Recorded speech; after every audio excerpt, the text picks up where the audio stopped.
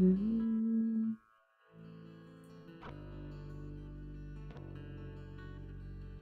Mm.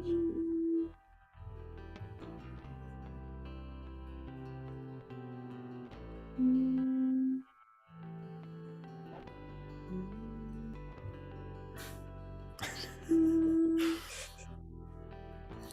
Mm. Mm.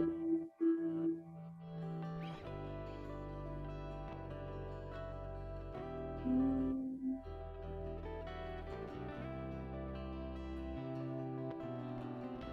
When did you write it?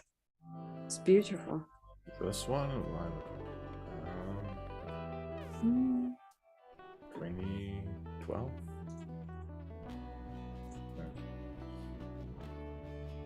Sounds awesome.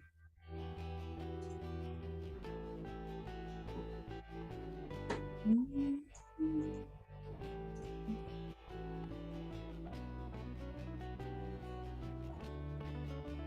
2012. Jesus, 11 years ago?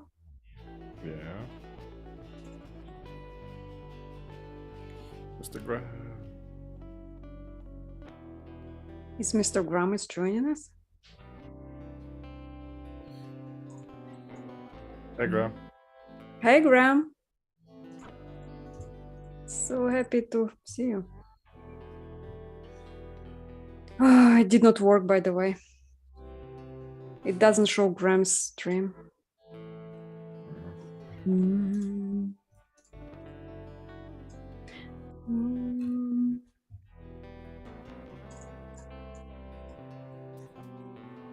Oh.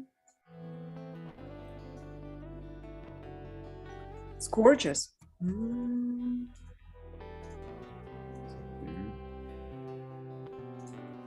Mm. You're winning with your sound there, Mr. Graham. And the description is done. Description is done. Mm. Mm.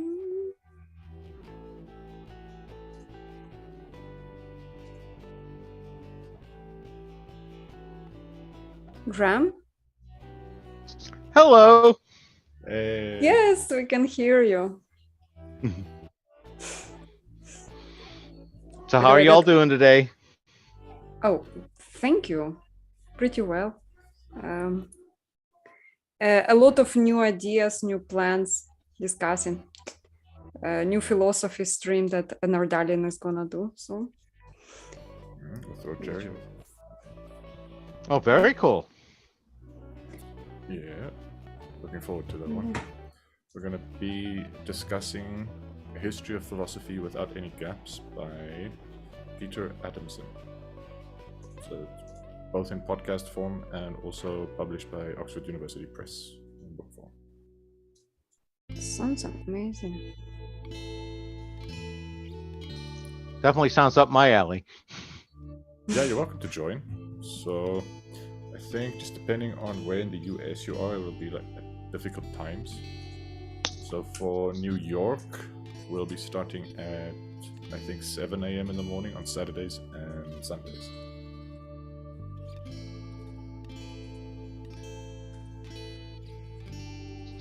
$7 a.m. which day? Saturdays and Sundays. Ah, two a week. Okay. So yeah, there. Did you start today already, or? No, we've just been discussing plans and doing schedules and stuff. There are over 600 episodes already, so we figured if we do only one episode per week, then it's going to take us over 10 years to finish it. So that's a bit much, so we decided to get together twice a week and then discuss 3 episodes at a time. They're only 20-minute episodes, so it's 60 minutes of preparation and then 60-minute chat. Streaming that on YouTube. We're still figuring out how we're going to stream it. If we're going to stream it on whose channels we're going to stream it and how we're going to stream it. Still talking about that. We'll figure that out tomorrow. And we're hoping to start next weekend with the first 3 episodes, first 3 chapters of classical philosophy. So it'll be about the pre-Socratics.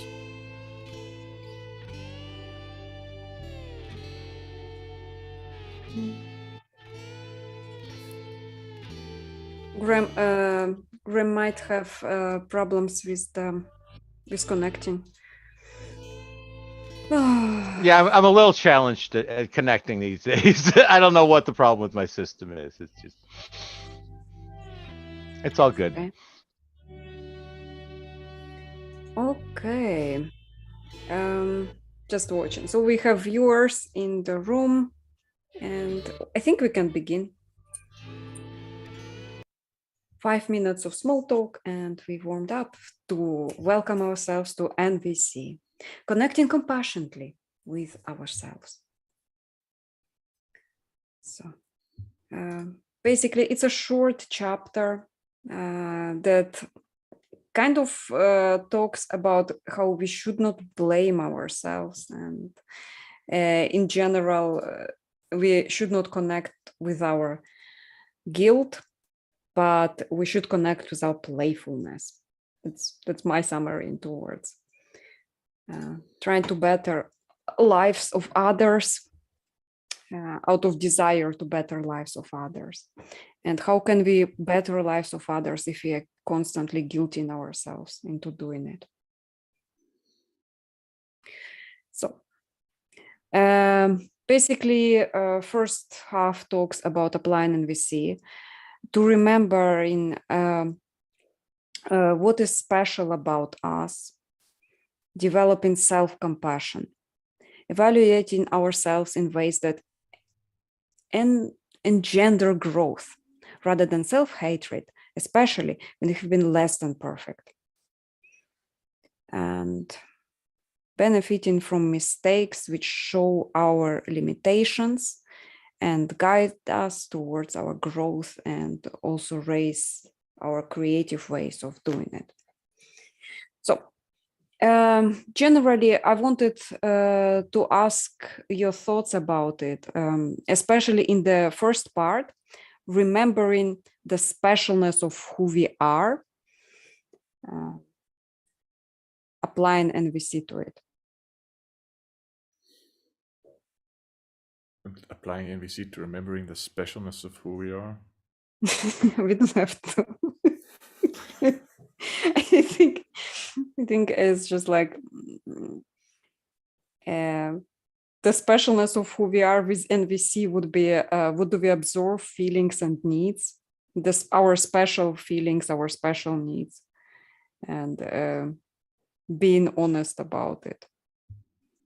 Just paraphrasing the in between the lines of the book. In between the lines. Well, so no, there's like a whole theme to the book where Rosenberg is teaching by changing the way we communicate, we can change the way we relate.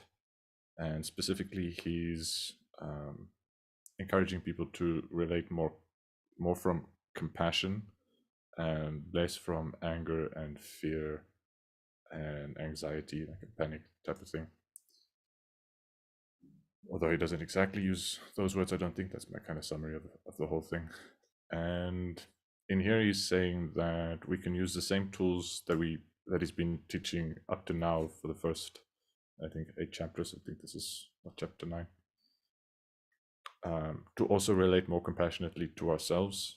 The whole book is teaching people to relate differently by talking differently, by communicating differently.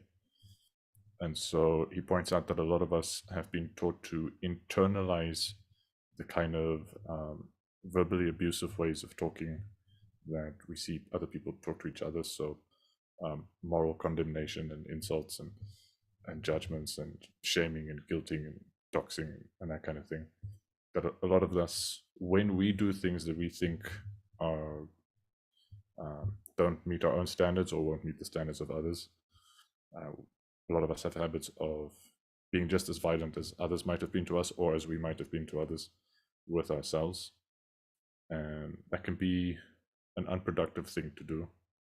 And it's usually quite a painful thing to do. So the emotional space of feeling really angry at oneself, or really ashamed of oneself, or really scared of oneself, or really afraid of, like anxious of others' disapproval of us, are all painful emotions to be in and painful emotional states to be in. And if they're extreme, like any extreme emotions can lead us to do stupid things, or that's violent to say stupid things, to do things that don't meet our needs or the needs of others, maybe even counterproductive to our own needs and the needs of others.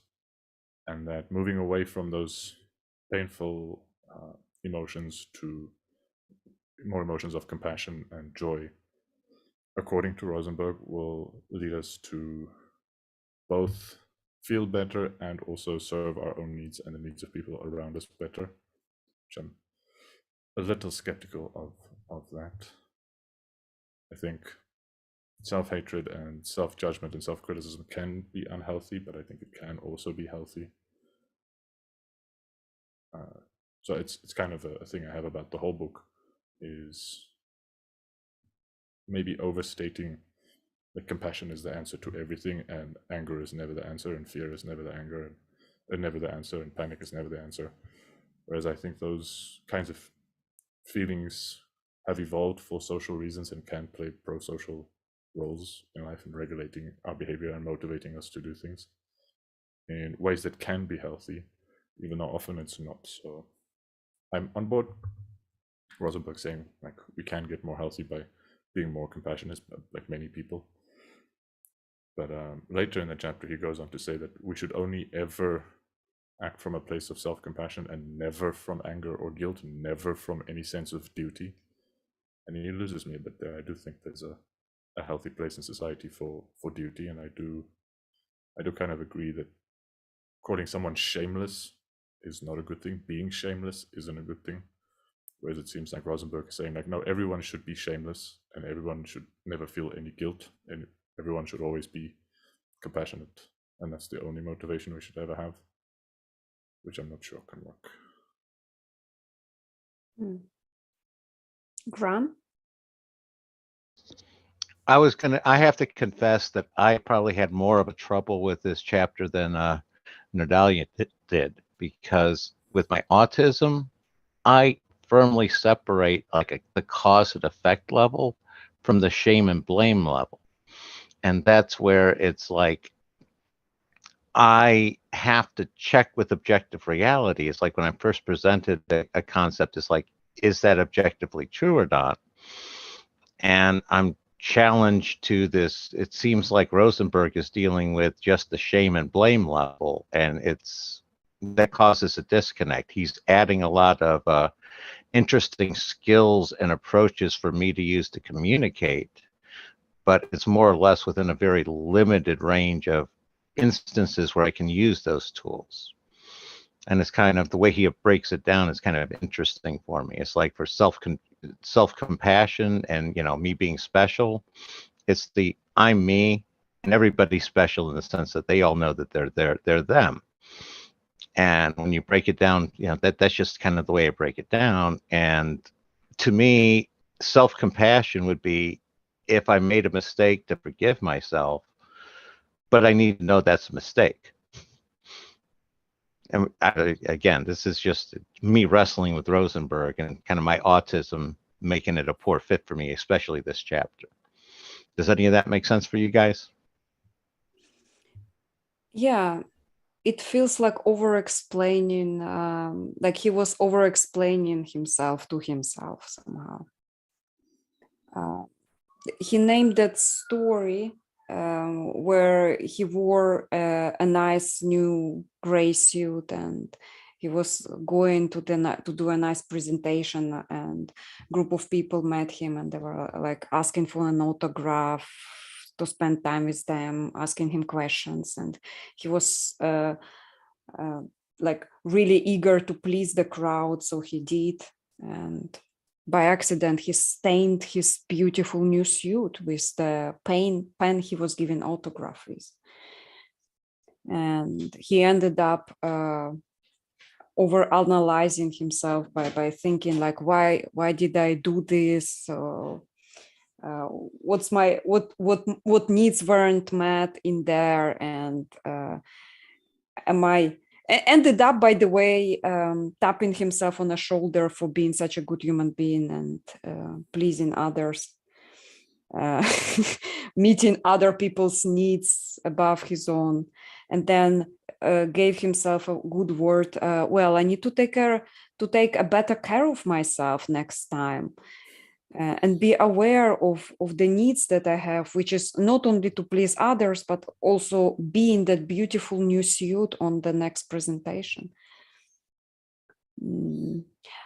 But actually, that planning ahead gave him a way to repair the mistakes. So the next time, like coming to that last part, benefiting from mistakes, which show our limitation and guide towards growth. So in that part, he decided. Sorry, it's like there is like I have to. It's there. Excuse me. Yeah, basically he fixed this problem for the future. Next time he would be more aware. He learned from his mistakes. Just like the whole process took a very long time somehow. Yeah. So he's trying to work NVC into self-correction and self-development. And the part of NVC that fits the best is the needs part and focusing on needs. And that's actually something nonviolent communication has in common with a lot of other very useful paradigms. So I don't know if I'll be able to remember the full list, but in business analysis, needs analysis or requirements analysis is a big thing. And there's at least one management guru, Peter Drucker, who teaches management by objectives, which is similar, like agreeing the company's needs that employees will be evaluated on regularly so that people know what is expected of them, and the evaluation process, the control process can work properly. And there's interest-based negotiation, which guides people to focus on the needs of both negotiating parties. And there's value-focused thinking, which is something by a decision analyst called Ralph Keeney.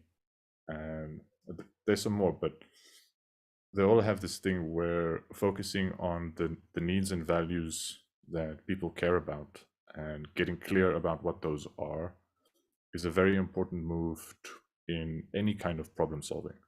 And so when we're feeling ashamed of ourselves, or when we're feeling guilty about something, or if we're feeling frustrated or bored because we're acting out of a sense of duty and not doing something else we rather want to do, one thing that can actually be helpful is to sit and analyze what are the needs we're serving by doing what we're doing that we may not like doing, or that we have done that we regret doing, and reminding ourselves what needs they were supposed to serve, what values they were supposed to serve, and then thinking like our unhappiness with those actions indicate that some of the needs and values that we have are not being served adequately, and then trying to think of creative ways in which we can serve those needs and values. And in this chapter specifically, he focuses a lot on our own needs and values first, which at some points makes NVC sound like a very, very selfish thing. Like it might be at the expense of the needs and values of others. So like never doing anything out of duty, or never doing anything that isn't joyful sounds like he might be condoning something like child neglect, because sometimes it's a pain in the ass to do some of the things we have to do to serve the needs of our children.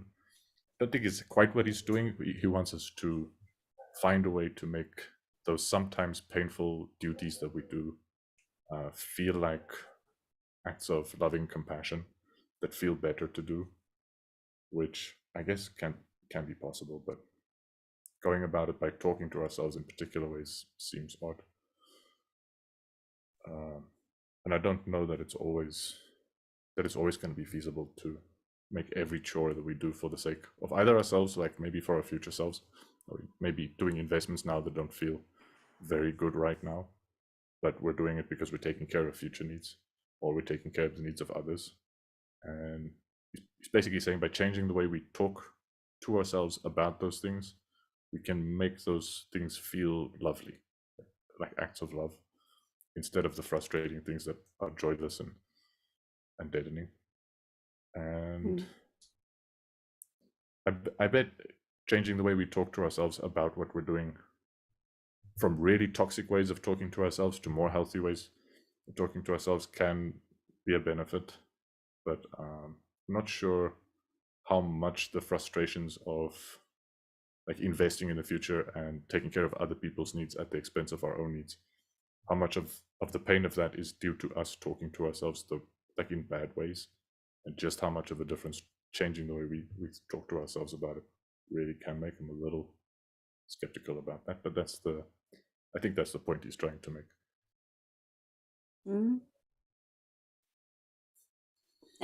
I'm curious, in Graham's case, how do you talk to yourself personally? Like when you observe a situation, like do you blame yourself for anything? Like I do, for example. It's like here's where I'm complicated, Kara, and I was going to say it's the matter of I only try to blame myself if I find a legitimate reason for doing so, which also tends to ground me from accepting blame that other people unfairly throw at me. And this is where, that learning from mistakes is something that I have down on levels because of my autism, that I can say some things on there where basically I always try to do my best, and I go with best instead of perfect, because perfect is an unachievable goal. I can always get better. And it's like I try to do the best that I know at the moment, and then if that doesn't hit my goal, I know that I made a mistake. Depending on, on my motivations, but basically I've made a mistake, and then I can incorporate the mistake based off of, error correction and things like that. But I need to touch base with that objective reality to see I actually did the thing in order to be blamed for it, as far as that goes. It's like that's the cause and effect in shame and blame, where there are plenty of times where I've blamed people and they weren't at fault, and vice versa. And I should only accept the blame when that blame's legitimate from a cause and effect level. And it kind of acts as like a filter that prevents too much shame and blame going over for me. So that's sort of how I go with it. Does that make sense? Yeah, it does. It also feels that when you're honest with yourself, it's a better motivating force, even if the honest truth is the truth we should blame ourselves for. It's like you can't charm your way out of a situation if you really, really messed up. So kind of that's what stood out for me. No, that's very fair. It's sort of in the you can't. Like I said, it basically prevents too much emotional damage to me. It's it like I said, it acts as a stop gap. It's basically a stop loss, where if I'm not to blame, I don't blame myself unless I see a cause and effect reason. But that also becomes frustrating for people when they see reasons to blame me and I don't, and then the kind of communication breaks down. But that's usually outside of Rosenberg's nonviolent communication scheme. So, tagging.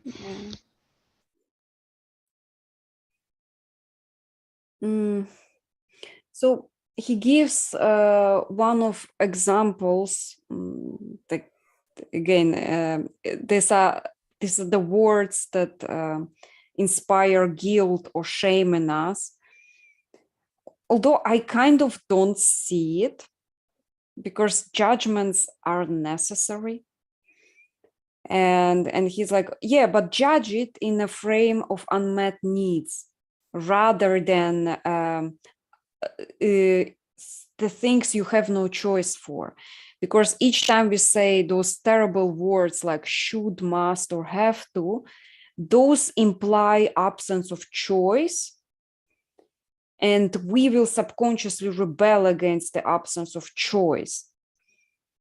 Instead, like have a conversation internally with yourself where you, and I will elaborate on it further, where you choose to do those things, not because you should, must, or have to, but because you want to better other people's lives. Yeah, like I do believe, like at the end, it will be full circle back to should, must, and have to, but just delivered more fancy somehow. What do you guys think about it? Yeah, so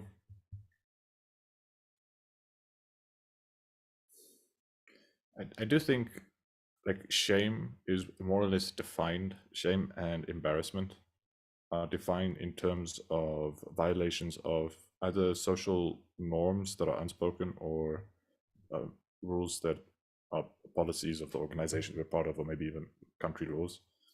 And I think usually people distinguish between shame as directed at the self for like being frustrated or disappointed in the self for violating norms that we care about.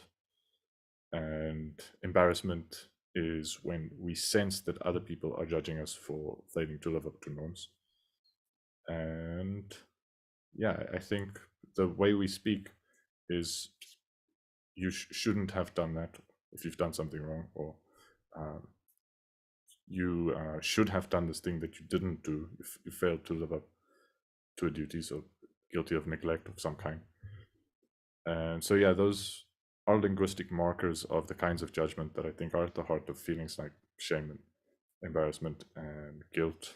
I think guilt is the feeling of remorse, or the feeling of guilt at least, for violating a norm, whereas I think shame is more a frustration or an anger at the self. Yeah, so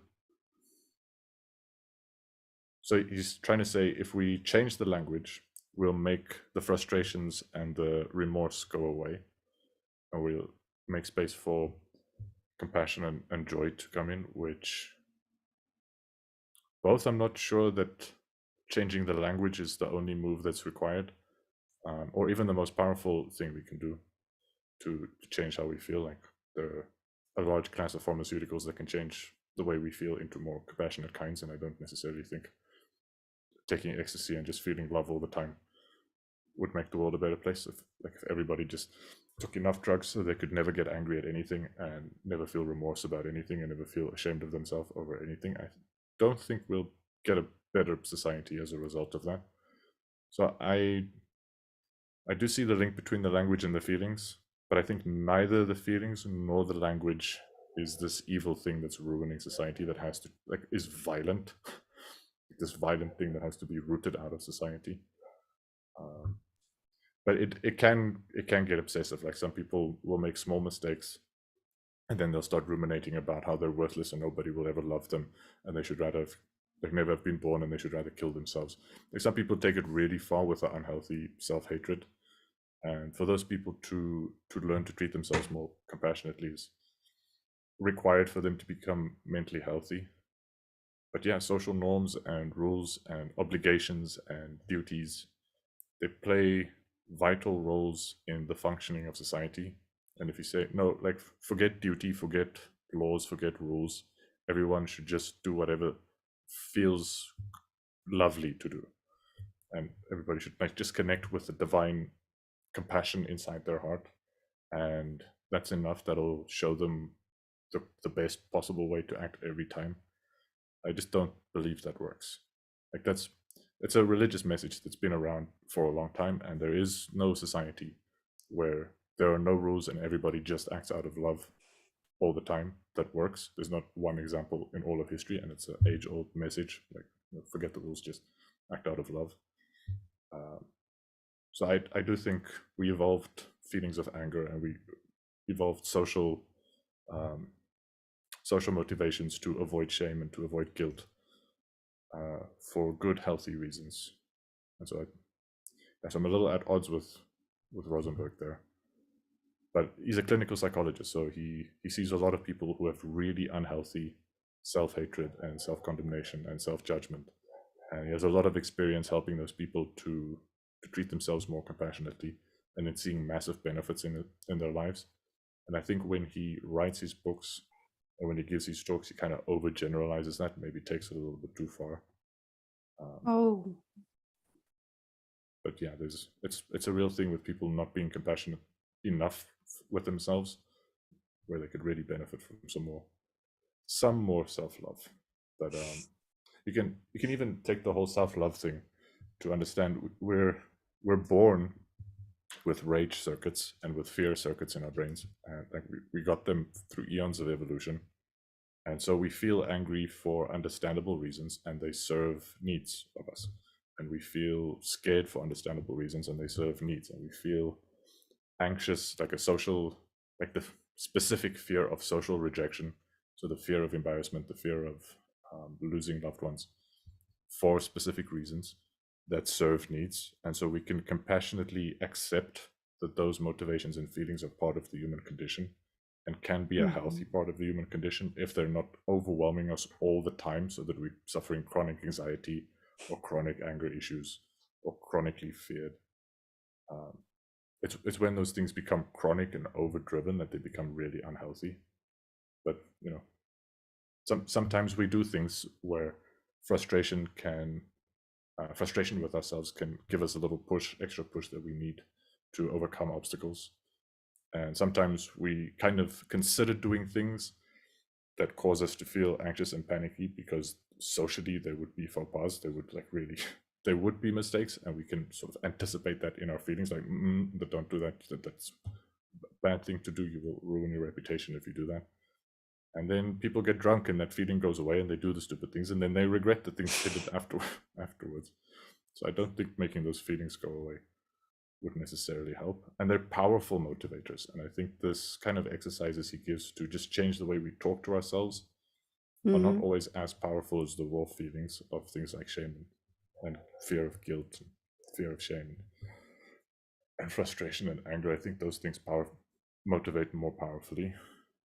And so in my own thinking, I think it's more a case of trying to get those natural, normal human normal human motivations trained and aligned with social values, so that they guide us into good patterns of behavior rather than destructive patterns of behavior. Yeah, thank you. Graham, do you have a take?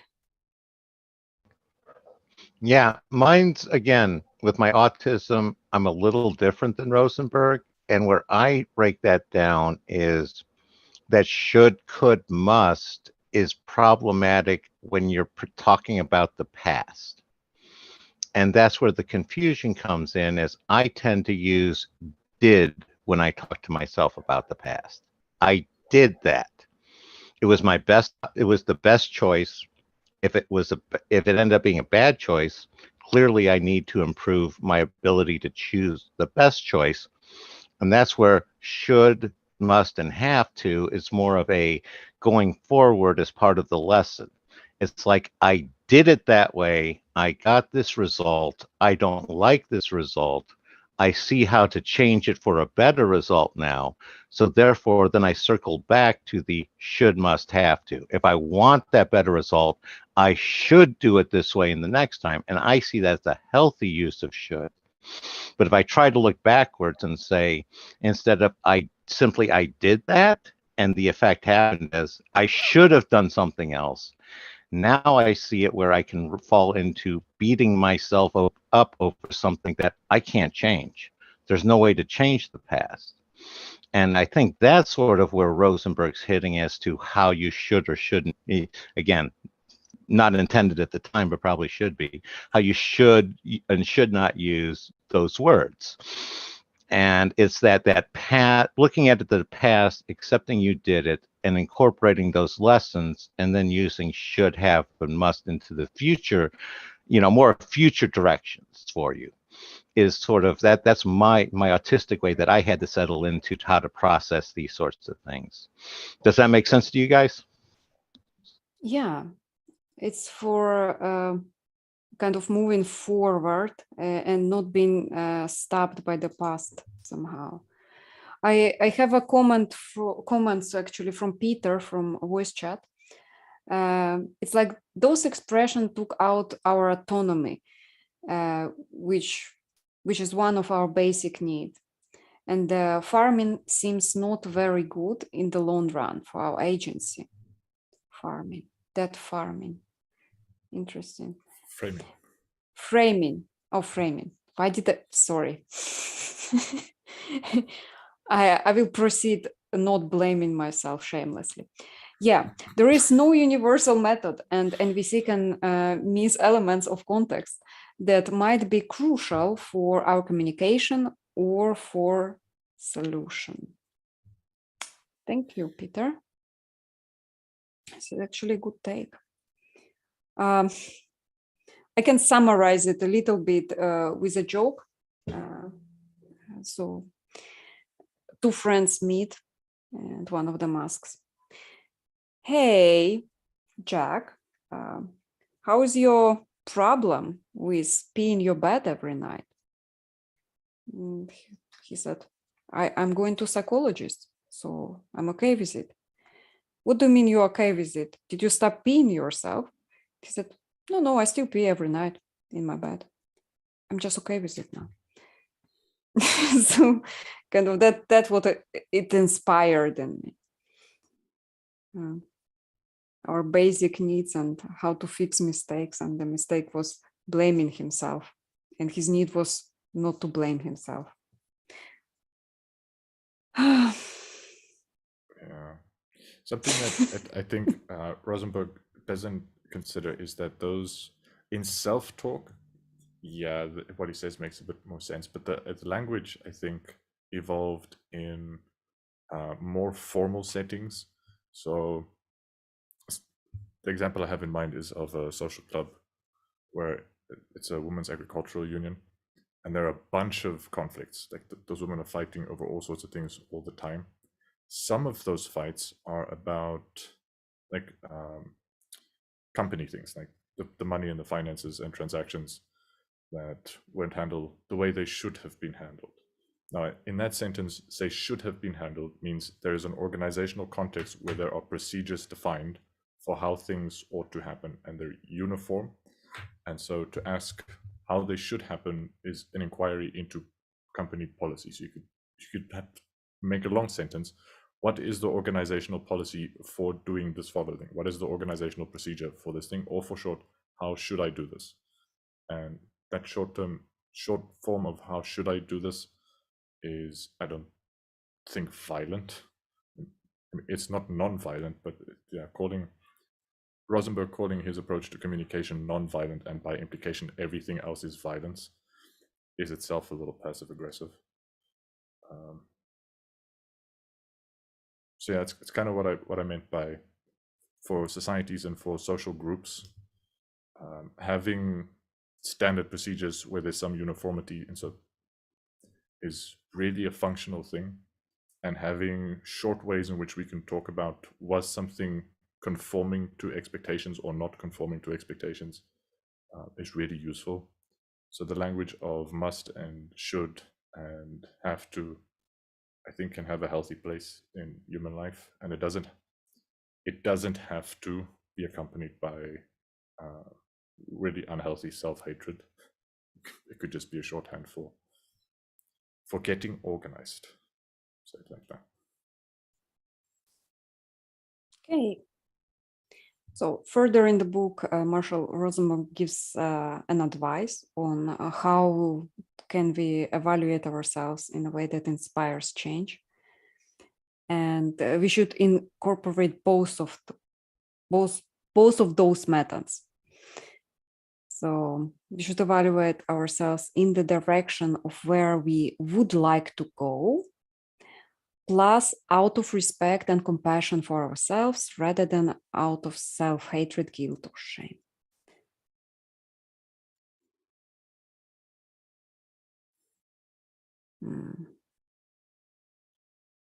I mean, it sounds kind of nice if we always evaluate ourselves with the direction of where to go somehow.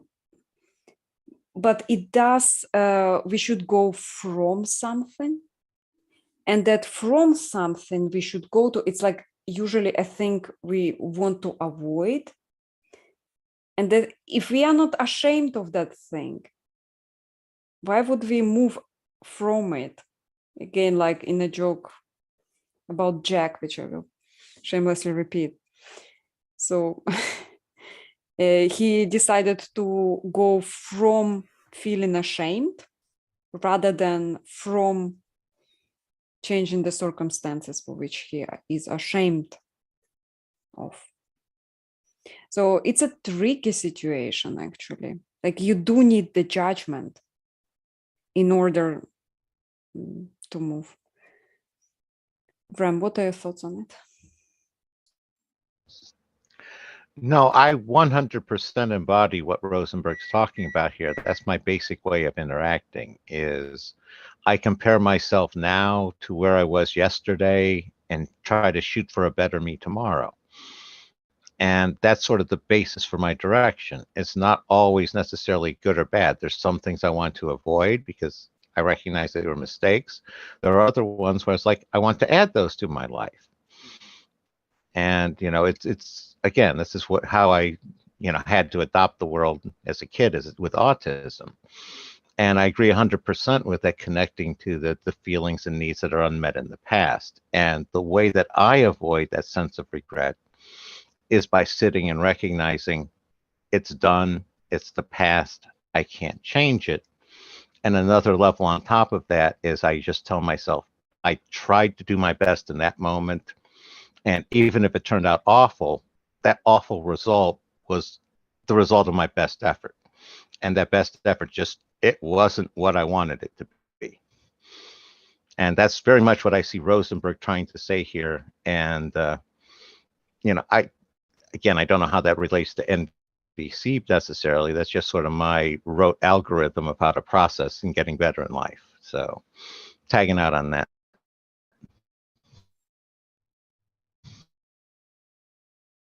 Yeah, I think this this advice to only be driven by a motivation of compassion misses out on the force of some of our other motivations. So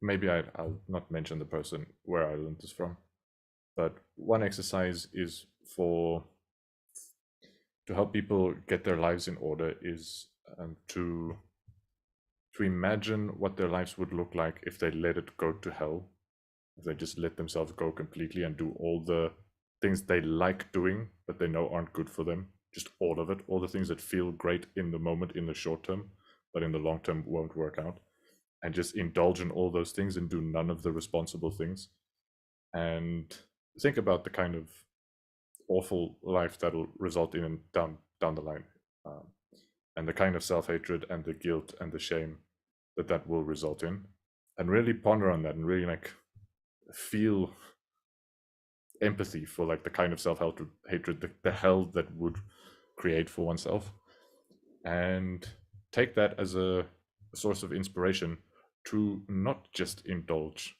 mindless vices, like short-term vices that feel good and feel joyful and feel pleasurable in the short term, and also do some things that are responsible but may not feel so great in the moment. But then also to do both, to imagine like the kind of hell you'll end up in if you let yourself go completely, and then also imagine how good a life you could end up in if you really got your act together as much as possible, if you really lived up to your highest potential in every way, like how good could life get then, and really try to imagine that, and then have both of those images, so a hell to move away from and a heaven to move towards. And I think that sort of thing gets at human motivation better than just saying, no, no, no, just forget about hell and forget about self-hatred and forget about shame. Like, don't even think about that. Just root that out of your mind completely. Drive it, those kinds of thoughts completely out of your mind. Never think those kinds of things. Only think about the heaven your life could become if you lived up to your full potential and if you acted out of compassion for yourself and everyone around you. I just think that that'll get people less motivated at the end of the day. They'll have less energy and they'll do less overall. I mean, they may actually become like Buddhists who kind of teach that's the way to do things and just sit around and not get much of anything done at all, meditate and beg for food, and preach self-righteously to people how they should live their lives, even though they don't have children and they don't heal sick people and they don't build bridges. They just sit around, do nothing. Shut out Buddhists. Jesus. The monks. Wow. Well, that's a long one. Graham, can you take that for response? I'd like to build off of that, because one of the things that jumped out to me that I just could not relate to is this idea. It seems like they're operating where there's a necessary self-hatred involved. It's basically, imagine this outcome, imagine how much you're going to hate yourself. And it's like, I don't do self-hatred. What I do something similar, which is imagine you doing that, and then imagine me living in that life. That I can try to avoid, but I'm not going to hate myself. It's like, I guess I've just, my autism wires me to not hate myself like that. And it's just kind of, it boggles my mind that they're basically regulating their life based off of bouncing between their self-hatred and their self-love. And it's like, to me, again, I use that grounding of the objective world. I think about, okay, if I make these decisions in reality, what's my reality going to look like? And when I picture it there, it's like, how am I going to be comfortable with it? Am I going to like it? If not, I should alter it with some different choices and look and see how I like in that one. Should I default on my credit cards, declare bankruptcy, live in a cardboard box, or, kind of pay my bills instead? They're both options. Again, I'm not going to hate myself with either option, but I'm going to feel differently in how I live based off of them. What is my autism missing here in the self-hatred thing, guys? Educate me. All right, I can try to give you a hand here. So probably it's been a while, but I'm guessing that at some point you've done something that felt good, that made you sick somehow. So for a lot of people, they will drink too much, or they won't sleep enough, or they'll have sex with someone they really shouldn't be having sex with, or they'll do all manner of things that literally cause them disease. And in a way that they look at themselves and be like, I am the one that made myself this sick. I am the disgusting pathogen that got myself in this position. I am the cancer here.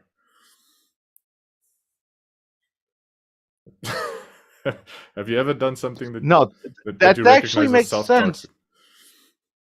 No, I don't recognize it in myself. I recognize what they're doing. They're basically bypassing logic, and they're going off of, they're physically sick about it, and therefore they're translating that feeling. They're working entirely on that emotional level. That actually helps me a lot there, Natalia, and to understand why they're like that and why I'm not. Go ahead, Kara. I just think, Graham, with your autism, you see things in a practical way, and you're just like, well, that's not practical, and that's it. it's like you're like more honest with yourself, and you recognized early on. I don't think it necessarily involved doing a shameless act, which give you a lot of pleasure, but like you really made you sick later on, which we call moral hangover. It's like, I think it's in the case of autism, it's just like you're practical, and blaming, going around like that's wrong and I should be ashamed of myself seems unpractical. No, you're believe it or not, you're echoing my counselor, and she sits there, and usually I'll explain, the problems I'm facing, and the answer is pretty much, well, that's because you're more psychologically healthy than the neurotypicals. And then we explain how I need to navigate around them, because the latest one I was asking is, why do they go around putting people down, thinking that somehow raises them up when they look like jerks doing so to me? And that's when she explained to me about that whole, climbing the hierarchy, and that's one of the techniques. And it's like, okay, that makes no sense. She goes, no, it doesn't, but that's what they do. So tagging out. I might be with you on that one. It's like, way to go. Like by the end of NVC series, I will diagnose autism in myself. I mean, We have like really nice comments in the voice chat. So Peter recognized Graham from cognitive science meetings. So Peter the introvert, and Cordell writes, what if heaven and hell are two faces of the same coin? Yeah, that's what I also think. It's just like we can choose which coin we will flip this time, and that will give us the agency of what we're experiencing at the moment. But we do recognize it's like shadow integration, basically. We should integrate the shadow rather than push it away and deny its existence completely. Seems like in that chapter so far, he gives tools into not feeling guilt and also talking yourself into denial, kind of. Yeah. Rebuttal, Nordalian? No, I don't want to rebut to yours. Did I understand correctly that you're crediting Rosenberg with teaching people how to delude themselves? Yes. Okay. Shamelessly, again. That's funny to me. Seeing how I in the first 2 chapters on live stream I said like oh, I use that book to talk myself into things non-violently. Yeah. Okay, there is like a next part which I kind of have difficulty with. It's NVC morning. When we are connecting with the feelings and unmet needs simulated by past actions which we now regret. But instead of we should mourn the fact that we can't change what's done, it's done. And we should kind of go with the grief. I think we could mention even stages of grief, which also has anger in it, by the way, like, at some point. Again, like if we already doing mourning and we see mourning, should we like, I think even with anger and acceptance, which are the parts of grief, the thing that really need is to go through all those stages. If we skip stages, sooner or later it will bite at us. I'm not sure if it's always works like that for others, but it's kind of what I observed in myself. What do you guys think? Yeah, I was a little confused by his use of the word mourning too. So he's advising that the things we've done that we recognize have not been perfect, that we go through a non-violent communication version of mourning those things we regret doing. And he's not talking about how to use non-violent communication to deal with the loss of a loved one or like a tragedy that happens in life, whatever. But he's basically saying, when we recognize that we've been imperfect in some way, we made some kind of mistake, we should mourn the lost opportunity to satisfy needs in a better way, something like that. So try to recognize the needs that were driving how we acted in the past, and then mourn the ways in which our actions in the past have not met the needs. Just a little odd way to talk about self-correction.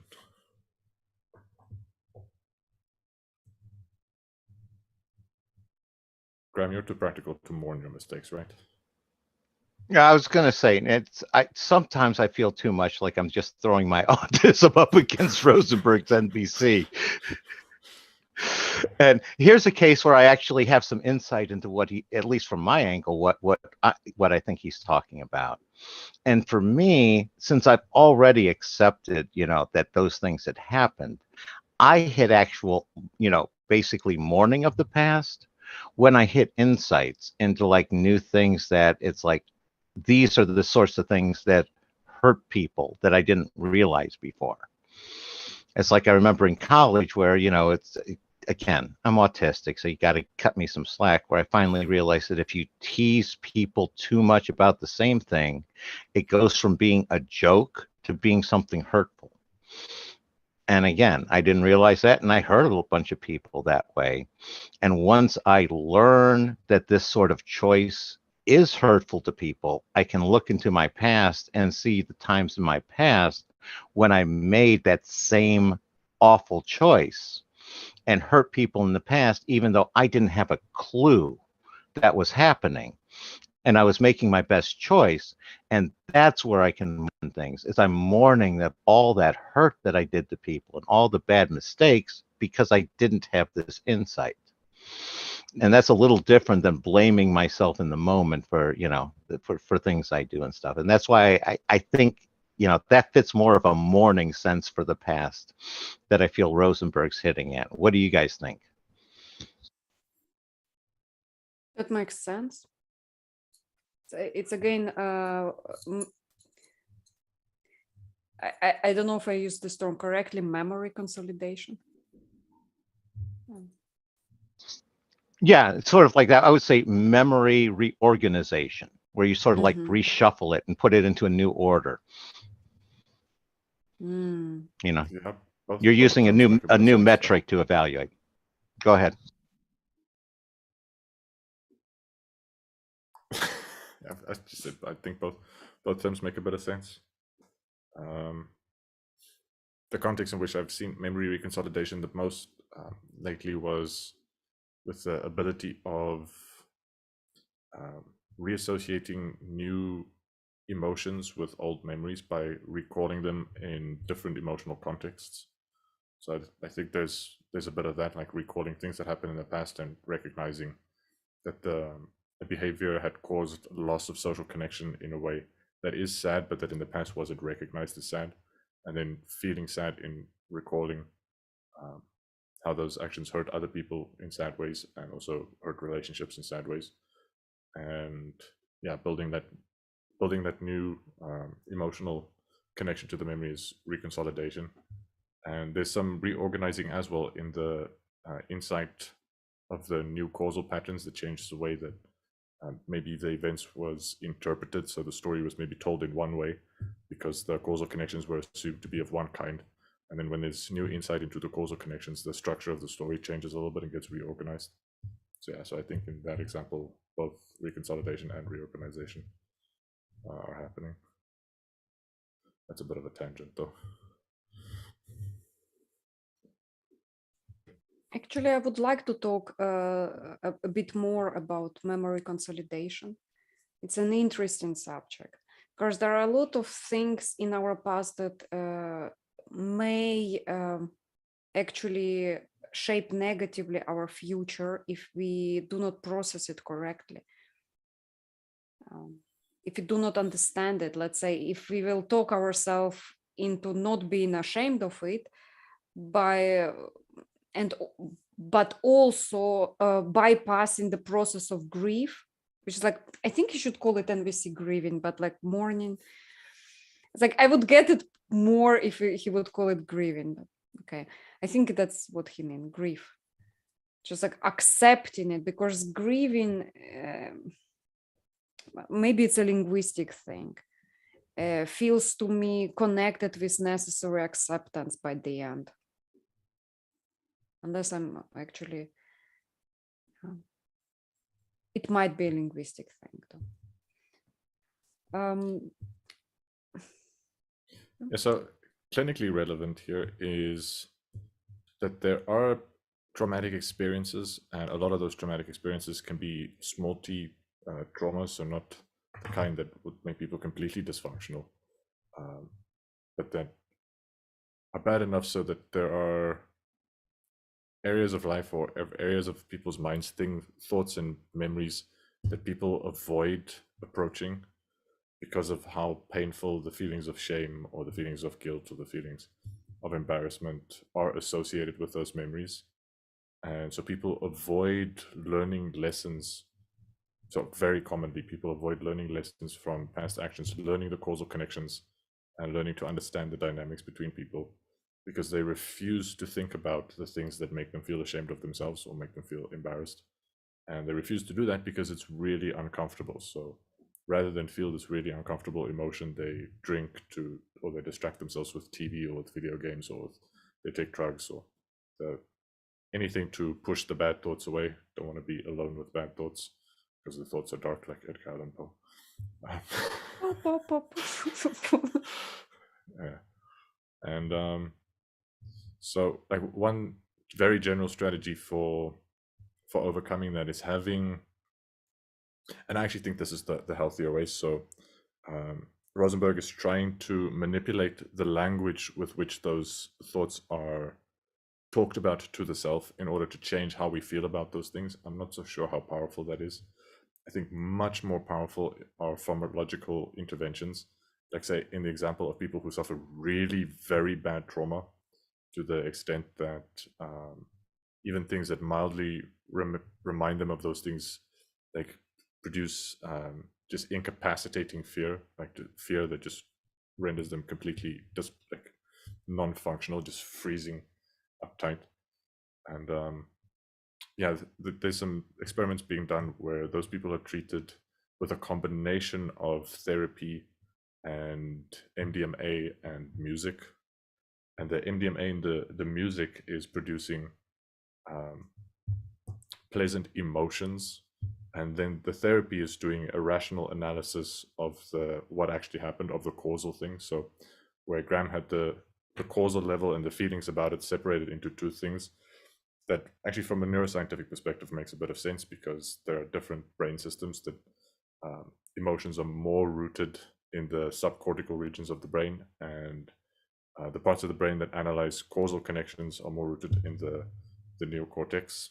And so those systems are semi-independent systems. They're interconnected in interesting ways, but it is possible to sort of manage emotions and manage critical thinking about what happened, and the causal cause and effect relationships can be done quite independently. And so for people where something happened that caused them extreme emotion, and they learn to associate that emotion with things happening in daily life, so that things that happen in daily life trigger very extreme emotional responses in ways that are dysfunctional. People can effectively be healed by that, by manipulating the emotion using medication and music, which has nothing to do with what happened or a causal relationship with what happened. It's just a way to manipulate the feeling. And then also having a talk about what happened and about what it means and about the causal relations that it implies, and analyzing what happened and why it happened, like why in terms of what caused what, and to get the story straight of what happened, and then also associate more pleasant emotions with the memory of what happened rather than this debilitating negative emotions.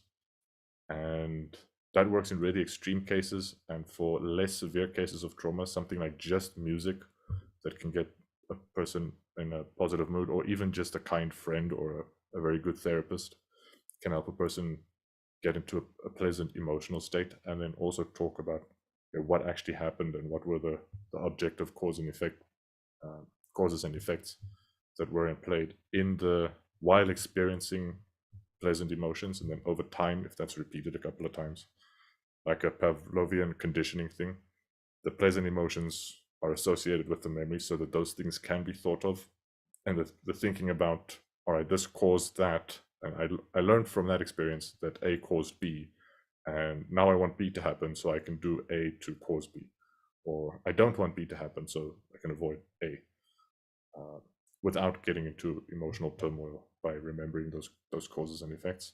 Where a lot of people fail to learn those lessons, even though they have similar experiences over and over, make the same mistakes over, like destroy relationships in the same way over and over again, because it's very difficult for them to think rationally about the causes and effects that are at play, because it's very difficult emotionally for them to remember what happened at all and to think clearly about what happened.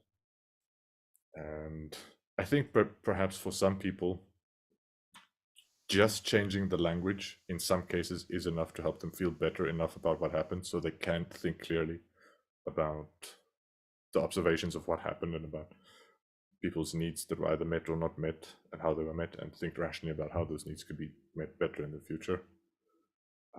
But I think even in his clinical practice, his compassion and his rapport with his patients is doing a lot to help keep them in a positive emotional state.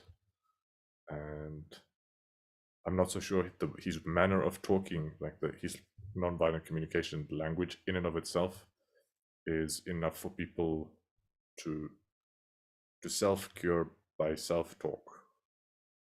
Yeah, I'm not convinced it can happen. And it's also worth noting that there isn't exactly a large body of experimental evidence proving the efficacy of nonviolent communication. I think I did mention that in some of the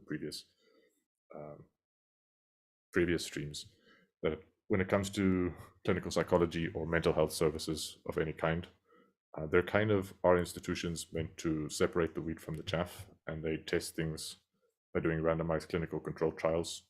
And typically, to test any one protocol, there'd be a bunch of randomized clinical controlled trials on different populations for different needs and different providers providing the service, hopefully standardized and manualized so that results are comparable. And then those things all get thrown into meta-analyses to decide whether a protocol is evidence-based or not. And NVC has gone through basically none of that scientific vetting, which I think more or less renders it alternative medicine, because alternative medicine is medicine that has neither been proved not to work or proved to work. It's just not been sufficiently investigated thus far. Nice. Shout out to all the users of unproven or proven medicine. Great. I was Yeah? going to build off of that a little bit just to give some technical sense of how my autism interacts with what Nadalian was saying. Is I have spikes in emotion that go through, you're going to have those. Pain goes through logic a lot of times. What I managed to do is basically build almost circular workarounds where I basically fence that in with logic, and I can learn my lessons from the area and learn basically not to avoid that whole general area as opposed to that specific lesson, which may be too difficult for me to actually wrestle with. Just wanted to share that with Nadalian in order for him to fit that into his schema with how I handle things. Tagging out. Yeah, so depending on how big the circle you draw around the painful thing is, that could be reasonably functional and lead to a reasonably healthy life. For a lot of people, those circles are so broad that there are these massive like gaps in their understanding of how people work and how relationships work that cause them to have very unhealthy relationships with most people. So it can get very dysfunctional. Like in extreme cases, it can get to the point of personality disorders, where people delude themselves in all kinds of ways, or people get into really unhealthy patterns of interacting with the world that at best just destroy their relationships, at worst make them really toxic influences on the people around them. So like literally make the people around them sick, like be so bad for the people around them that people get sick. So yeah, I think it's normal for most people, because on a practical level, we can't actually think about everything. We don't have enough time in a lifetime to literally think about everything that could possibly be thought about. So we have to, by necessity, prioritize some things over others. And that in and of itself is going to blind us to something. So there are some things that if we had thought about them, we might have learned lessons that would have made our lives gone better. But because we had to prioritize somehow, and given the way we prioritize, we never thought about those things. And so some insights we go to the grave never having. So we'll never have perfect knowledge of everything. So we're going to have blind spots always. We operate with blind spots. And it's sometimes difficult to predict whether it even will be worth it, whether the lessons that are to learn in those, say, perhaps relatively small circles where you're learning around it, but you're not facing the really painful thing. It's difficult to predict ahead of time if facing the really painful thing will yield lessons that will be worth it at the end, or whether avoiding it is all in all the more practical thing to do. And so yeah, so it's difficult to say never avoid anything painful, because things are also painful for reasons, like we evolved pain to help us avoid unhealthy things. And so I guess that's why most people, that's why we avoid painful things. Just sometimes necessary things are painful, just like sometimes we need painful surgeries or painful medical interventions that overall will make us better, but for a short period of time are going to really hurt a lot.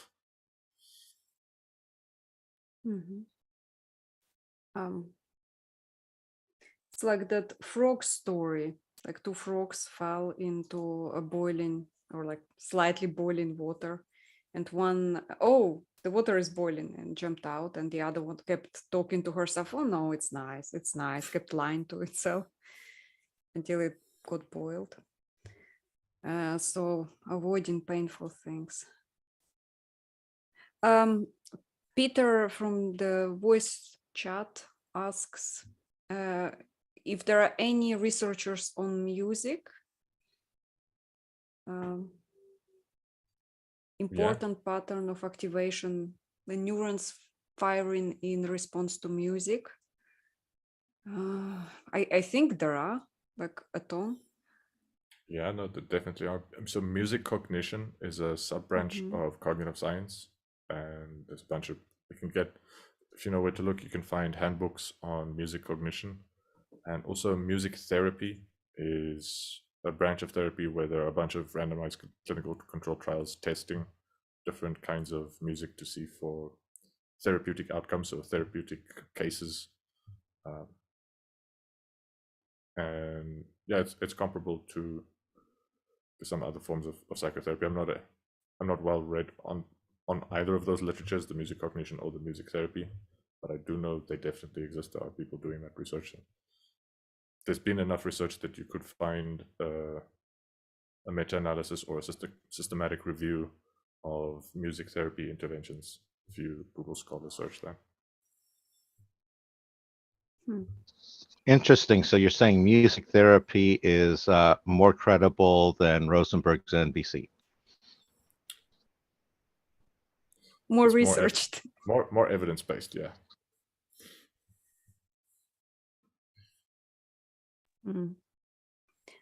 I mean, continuing the subject, there is another important process, is self-forgiveness, connecting with the need we were trying to meet when we took the action, and the action that we are now regretting, let's say. And so both of those, mourning and self-forgiveness, free us in the direction of learning and growth. I kind of agree with that one, though. Like it definitely. But again, the best way to move forward for me always was proper situational assessment. If I am emotional about something, something that I can't forgive myself for, let's say I messed up and I'm emotional, it clouds the proper assessment of the situation, and I usually move away from feeling shame, guilt, rather than move towards feeling better somehow. It's weird. Like both seems like it's the same thing, but it's not for me like that. I'm moving away from something rather than moving towards something. So my main motivator is away than towards, if it makes sense. What's your experiences?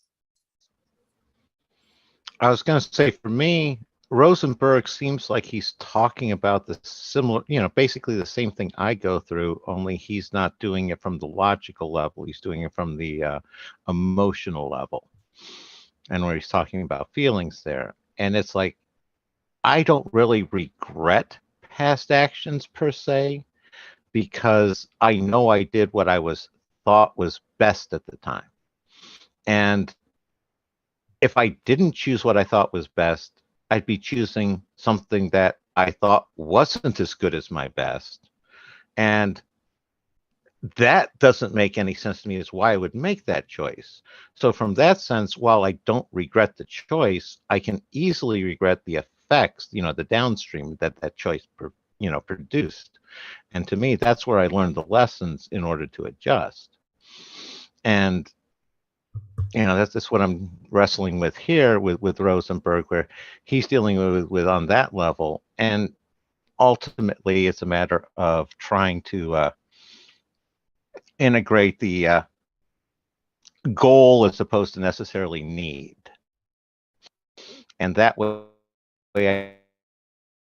I can use the positiveness, and it's a basically a push-pull kind of thing, where it's whichever one helps me the most or adjust me in which direction. And I guess that's more, I'm coming from a more of a centered place, more of a, for lack of a better term, Taoist place, and just trying to balance the two. Does that make sense to you guys? Tagging out. Yeah. It makes a better sense. Yeah, I've definitely felt myself drawn towards stuff, so being motivated towards things and not necessarily away from things. But I share like intuitively a bit of a notion that there are some things that away from that feels like a much stronger drive than most of the things that I'm drawn towards. So the push feels stronger than the pull feels. And yeah, so I can think of a couple of examples of that, but also just generally, I think that's quite a well-documented feature of human decision-making, that losses loom larger than equivalent gains. So if you had to take the absolute value of losses and gains, losses weigh heavier. So this like if people had to make bets on, it would take twice the winnings roughly to make up for any kind of risk of loss. So if it was a 50-50 split, you'd have to promise people, say if you had 50-50 chance of losing $100 or winning $100, or just walk away with nothing. Most people would rather just walk away with nothing. But if you'd have to up the winnings to about $200 just to get a concrete example for most people to be happy. Like, yeah, they'll take the bet for losing $100 and possible 50-50 chance of winning $200. That seems like a decent bet to take. Otherwise, people will walk away from it. And so the interpretation thereof is like the loss of $100 is in absolute magnitude of how much that pushes away it, about as much as the possibility of winning $200 pulls. So I do think Rosenberg is missing out on a lot of human motivation by saying, no, forget about the things that push you away. Just drive them out of your mind completely and don't make them not a part of your life at all. I think that takes a lot of energy out of, like, energy that could have been channeled in a good direction out of the human experience. So what I'm arguing here for is to be a gray Jedi, embrace both the dark side and the light. Shadow integration. Yeah. Agency. Yeah, the other one that jumped out at me there, Nodalian, is that hit that 1 out of 3 win ratio minimum that the Piaget rat experiment showed. Yeah, I don't think that's the same though, but yeah, it's so yeah, it's not Piaget, it's Pangsip. And I'm not even 100% sure it's Pangsip who did those studies with the rats, but he does talk about them in his books and stuff. He did a lot of experiments on rats. May have been him. I'm just unsure about that. But yeah, that's when rats are wrestling. If bigger rats don't allow smaller rats to win at least a third of the time, the smaller rats don't want to keep playing. So basically, bigger rats learn to let smaller rats win. Otherwise, they don't have anyone to play with, except other rats that are the same size. Yeah. Okay. Moving on.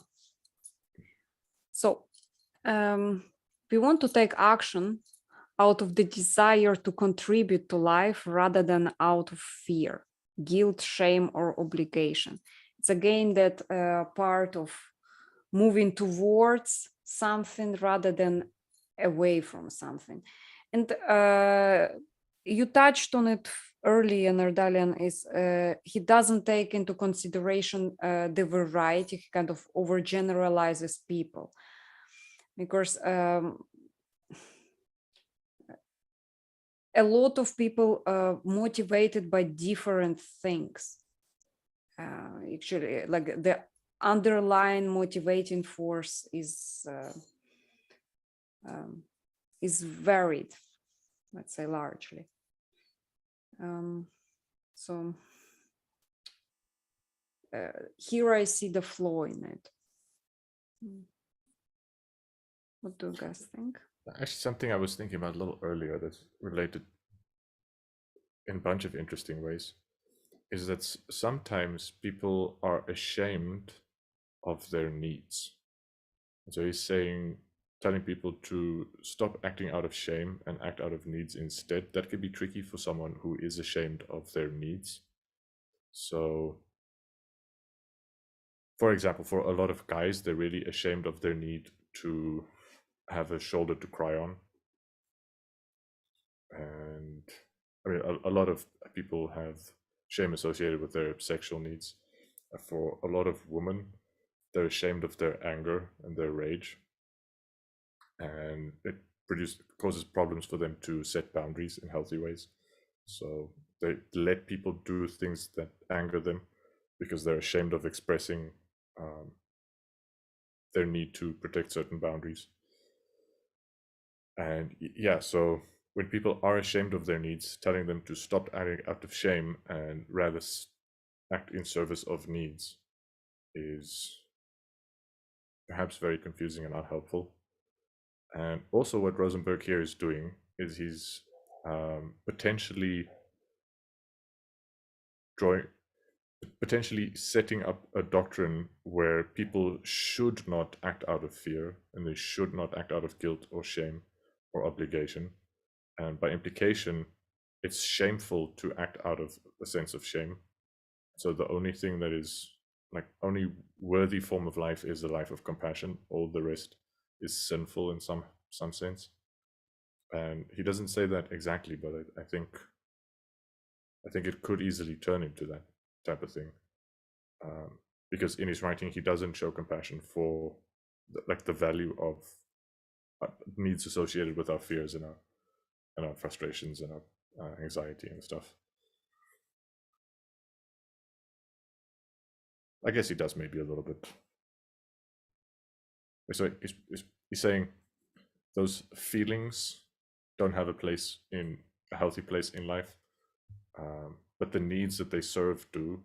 So you can serve the needs that those negative feelings evolve to serve, and then get rid of the negative feelings. No place for that. Something like that. Graham? Here's where I see Rosenberg basically tying himself into a knot. It's a matter of he seems to be just, there's a difference between acting out of shame and acting out of fear. Shame is based off of the community standard. Fear is based off of your inner sense. And the economist in me, it's basically people hit that indifference point when they're acting out of fear based off of how likely that need is to be met. Because to express that need comes with an expectation that that need is going to be met. Because if you don't express the need, you don't have an expectation of it being met. And to me, that's where the, at least looking in within myself, that's my inflection point. And shame, I don't have a lot of the whole social connections. I have to model that. So I don't have that inherent wiring for shame in the same sense. Embarrassment, yeah, not shame. So that's where I see it's like, and Rosenberg, he seems to be conflating those two. And one of the problems with acting out of not out of shame and things like that is an ignoring of the social norms and how acting outside the social norms can cause harm to other people. And I tend to be a harm-based, my, choice economy is very harm-based. How much harm am I doing myself, to other people, things like that. And Rosenberg, again, he's focusing on more of that feeling-based economy and the needs met. And that's where it's like, from my perspective, he kind of ties himself into knots here. What do you guys think? By harm, do you mean physical harm if it's not emotional? Well, physical and emotional harm.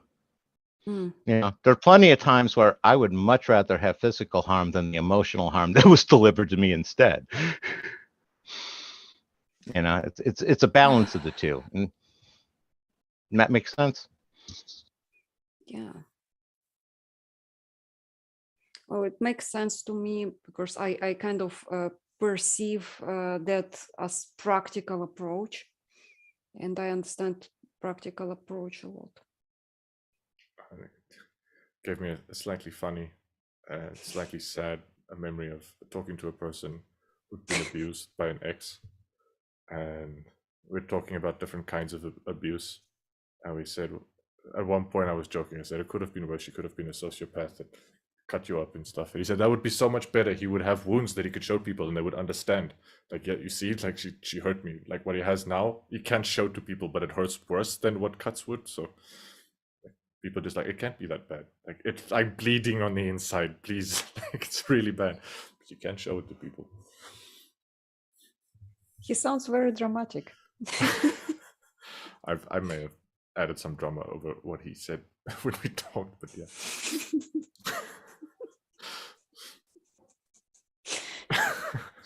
I can relate to a lot of what he says some too, though. So yeah.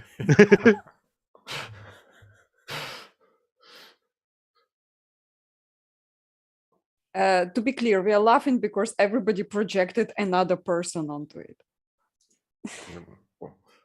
All have our times we bled inside. Yeah. Unable to explain to people because we don't have anything we can point to. You see, like, the blood flowing there, like, it really hurts. You just, like, right here, and here, and like when I sleep at night, everywhere. I don't know. I would rather take emotional harm. You would? Like emotional harm, yes. Like me personally. I'm not that stoic. I mean, I emotional harm, you can experience turn. physical pain, and I just like, no, I actually can do. No physical pain. I take the emotional pain. I know I can heal from it. Can heal from physical pain too, but you're an artist, so you can turn your emotional pain into art. People That's sympathize true. with. Oh my God, my best work. But again, actually, it was research, and apparently, what artists do, they escape from emotional pain into creativity. That's how they work. And I am motivated a lot by escaping from something. That's why the more emotional pain I feel, the more motivated I am to sit for hours manically creating a thing. So after nonviolent communication, we should do violent communication, so we could figure out how to torture Nodrik, so that Please don't. For art. And you see, I go the other way. I use my artwork and writing in order to cathartic, is sort of like spiritual alchemy. Take that pain and turn it into something worthwhile, something at least more beautiful than the pain. That's my approach. Yeah, I think Jung called it sublimation. But I'm stand corrected on that. I'm not a big Jung fan. It's just the word that came to mind now. Okay. So what do you have on that slide for us? That slide for us. We have a comment from Peter. I'm sorry. I'm a little bit blind, so I have to like squint my eyes to read, or I have to clamp inside the screen. That's why psychoeducation is important. No one can fool us more than we ourselves, but at the same time, no one knows us better than we know ourselves. Yeah, that's actually food for thought. Mm, Yeah, I like that. yeah. Other people can help us with insights that would be difficult for us to have by ourselves. But they would be pointers here and there, like blind spots. I think in total, just because of how much experience we have with ourselves, that we know ourselves better than anyone else is probably true. I guess there might be exceptions for people who are highly deluded about themselves, like extremely dysfunctional. I would throw in, deluded. Yeah, I would say those who are challenged with knowing things as well. yeah. Challenge with knowing things is a very non-violent way of talking about those people. I think challenged with thinking they know things. Yeah, but yeah. Look at us being all Just- politically. Hey, correct. I've been reading Rosenberg. I've been integrating some of the lessons on how to use phraseology. Those challenged at meeting intellectual needs.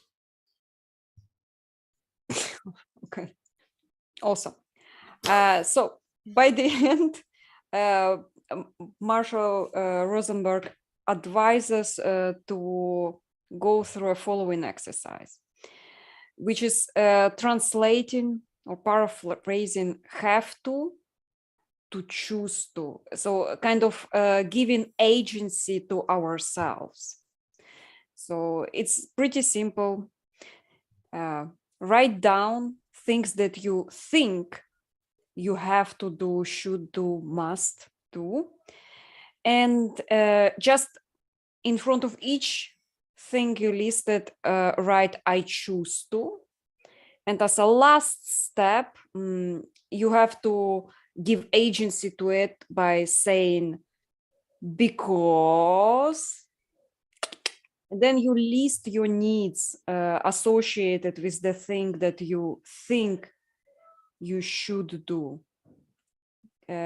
Basically, paraphrase it into having an agency, choice, rather than a thing you will rebel to. What do you guys think about that exercise?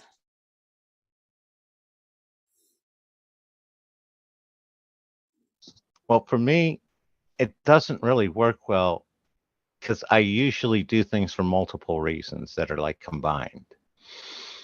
And it's like, I'm doing it, it's like paying the bills. You're doing it, you're avoiding the shame of embarrassment. There's all sorts of reasons there. And it feels like Rosenberg is inherently trying to have that be just a single equation where each choice has a single because associated with it. And that sort of thing just, it doesn't work for me. It maybe works for the people, Rosenberg's, because for a lot of people, they may not have a because. And one because is better than none, but it's a little too limiting on me. Tagging. Yeah, it's a bit of a throwback to the taking ownership of taking responsibility for our feelings. And also in the first chapter, he says we're dangerous when we deny our responsibility. And so I think it's just another exercise to get people to think, like, if they're doing things, people will often talk in a way that if you ask them why are you doing this, they just give you a shorthand because I have to, or because I should, or because that's the done thing, or it's impossible to, why don't you do this? So because it's impossible. And so like denying that they're actually making a choice for reasons at all. And I think often getting people to think about, no, you're choosing to do this, and there may be one or several reasons for it. That it is not just because you have to, or because it's impossible not to, or because you're forced to. And yeah, so Rosenberg does make it sound a little bit like there should be one reason. I don't think he would complain about there being multiple reasons. I think he's complaining about people not acknowledging that they could choose to do otherwise. Like it's within the realm of possibility to choose otherwise, and they're not choosing otherwise for reasons, and he likes those reasons expressed as specific needs. And something that can happen is people will actually change what they're doing because they recognize the things they have been doing because they've been telling themselves they have to, or it's impossible to not do, or it's impossible to do, or whatever. That those are lies. Like they don't really have to, and it's not really impossible. It's just, and there are needs that may guide them to choose to do differently. So I think people can gain some agency through that. So that kind of exercise, I'm more or less on board with. There are similar exercises in many disciplines, like I mentioned earlier, so I won't go through them again. So that kind of thing I'm quite on board with. I think some of the other techniques are a little bit more sophisticated. This is a particularly simple exercise, but for a lot of people, simple is a good place to start.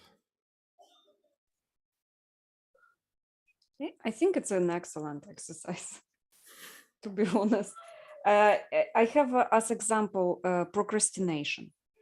So there are things that I have to do. I know I should do them. I can't avoid doing them, and yet I was putting them to a furthest possible list because it's just like that.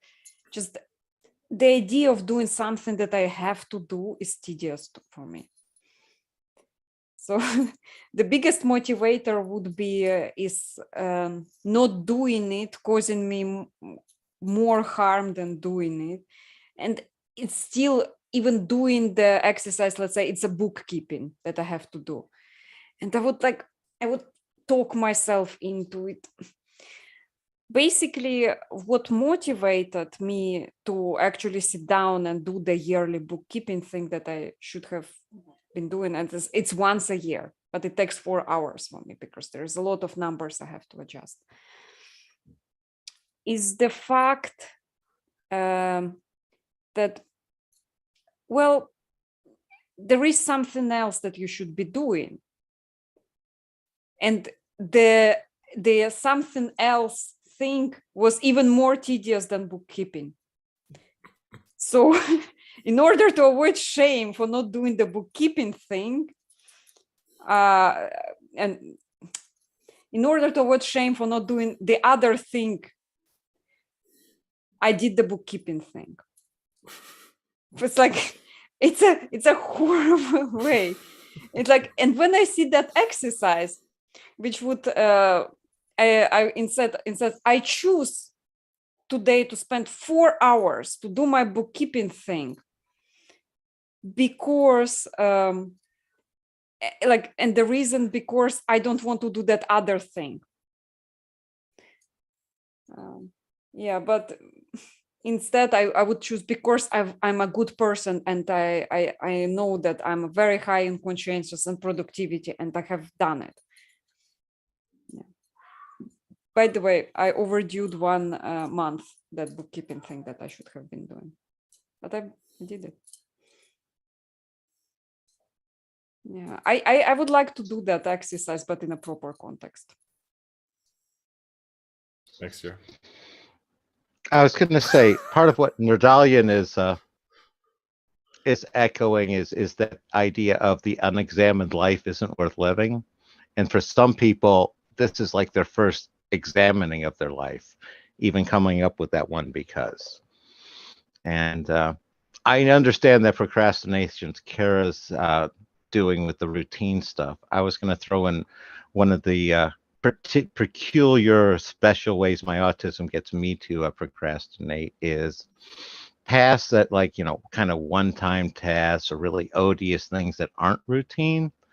I'll tend to procrastinate those because I keep hoping that I can come up with a better option, or a better option somehow presents itself that I wasn't aware of. And sometimes that does happen. So a lot of times it's like, if it's so odious, I try to put it off till the last possible minute in order to do it, in hopes that a much better alternative jumps out in front of me. I don't know if you guys can relate to that at all, but that's one that I've noticed about myself. Tag. Yeah, that seems somewhat relatable. Lately I've noticed myself most likely to procrastinate things that I'm I'm not in the habit of doing at any particular time, but like I do the most days, like workouts, and I'll find myself deciding, all right, it's time for a workout. Just gonna stretch my legs quickly, go get a glass of water, and then work out. And after that decision, sometimes it can take me 45 minutes to actually start the damn workout. Not doing anything in particular, just sort of faffing about and scratching around and procrastinating for 45 minutes. And I think that's mostly just in like the workouts I do hurt. And I'm kind of not keen to start hurting myself immediately. So putting off doing the unpleasant thing till later. And yeah, with the hoping better options will come around thing. It's actually happened at work that I've been given tasks with no deadlines and not very clear motivations for why they should happen in exactly that way, that I put off, and then later got news from my boss like, oh, that thing I told you to do, that's not necessary anymore. And so, so sometimes putting things off and not doing them as soon as possible has yielded in me saving effort that would have been wasted if I had done them. So I think sometimes a bit of procrastination can be functional that way.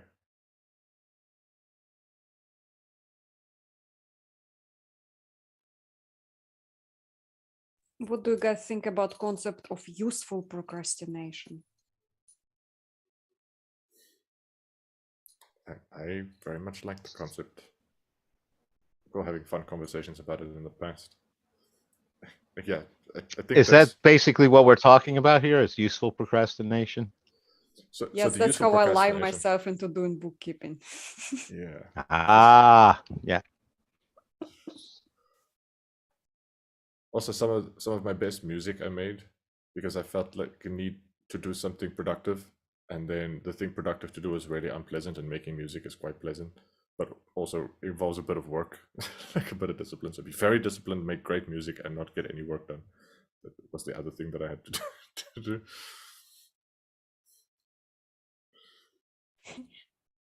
Procrastination, big sponsor of our videos. Sometimes when I have really important work to do, I put it off by having talks about nonviolent communication with people on the internet. Yes. Which is very useful. At least you feel good about yourself afterwards.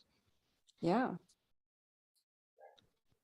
I mean, I sometimes when I look back at it, I'm like very critical of myself, and at some parts I'm ashamed of myself, and I have to edit myself out of my own podcast, which is very funny. It goes against Marshall B. Rosenberg's principle. I mean, maybe not exactly. I'm grieving, I'm fixing the mistake, and I'm doing better next time. And I'm forgiving myself. But also it's easier to forgive myself if I delete the parts which I'm ashamed of from live streams. I wonder what Wood Rosenberg said about non-violent editing. Because what you're doing is quite violent, cutting yourself out. That doesn't sound non-violent at all. I was thinking that you avoided having everybody else have to forgive you for those parts, Kara, because that's the way I would do it. I can forgive myself, but I don't want to have them forgive me. It's from a genuine desire to meet the needs of others, not to see how horrible.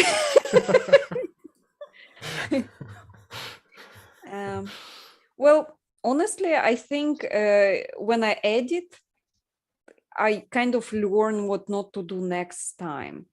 But I am avoiding the ideas where I'm talking myself of, no, it's okay. Like you were doing the best you could at that time. No, you could have done better had you been more self-aware, more self-aware next time. So I'm really having trouble with that chapter. And it's easier to be compassionate with others, but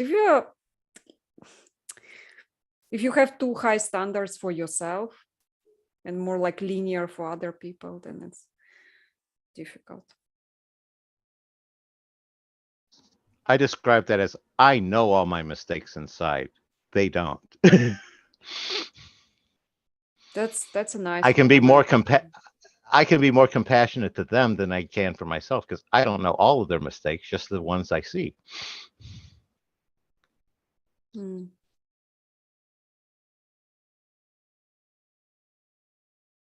It's interesting how in music, actually, the mistakes, we don't notice them. No, we notice them, but others don't. And sometimes if you double down on a mistake, it's a new creation. I learned that from Nordalian. I recall you learning that from someone else, saying you learned that from someone else. But yeah, sometimes hitting a wrong note once is a wrong note. Hitting it 3 times in a row is a funky groove. One of the things I like in that creative process are talented people who are learning to master their field, because a lot of times they don't have the preconceptions of what works and what doesn't beat out of them. So they end up trying things that, other people wouldn't because they know the rules of the game. But these people, they're combining stuff in new ways and they find an entirely new arrangement or combo of stuff that works. And it's like they didn't know that wasn't against the rules, so they broke it, but it actually works better than what if they had stuck to the rules. Don't know if you guys recognize that as well. Tagging. Yeah. Yeah, it's like Jimi Hendrix breaking the rule and driving the gain on his amplifiers way too high so that his speakers start distorting. They're like, ew. Then a massive crowd like, no, we like it. It sounds like warm and fuzzy. Like feelings sometimes feel that warm and fuzzy. It sounds like my feelings, that sound. It became really popular. Yeah, exploratory nature of artists. Like, so that's interesting. We have a comment from Peter. There is a book, War of Art, where author talks about what resistance. What is that word? Resistance. Resistance as a common force we need to face every time we want to do something good. Oh, resistance, yeah. Peter, you corrected yourself. Resistance, the War of Art. I didn't hear about that book. Interesting. I think Andrew Huberman talks about it and he calls it limbic friction because he has to give it a neuroscience name. Yeah, he has to confuse people with sciencey talk. That's interesting.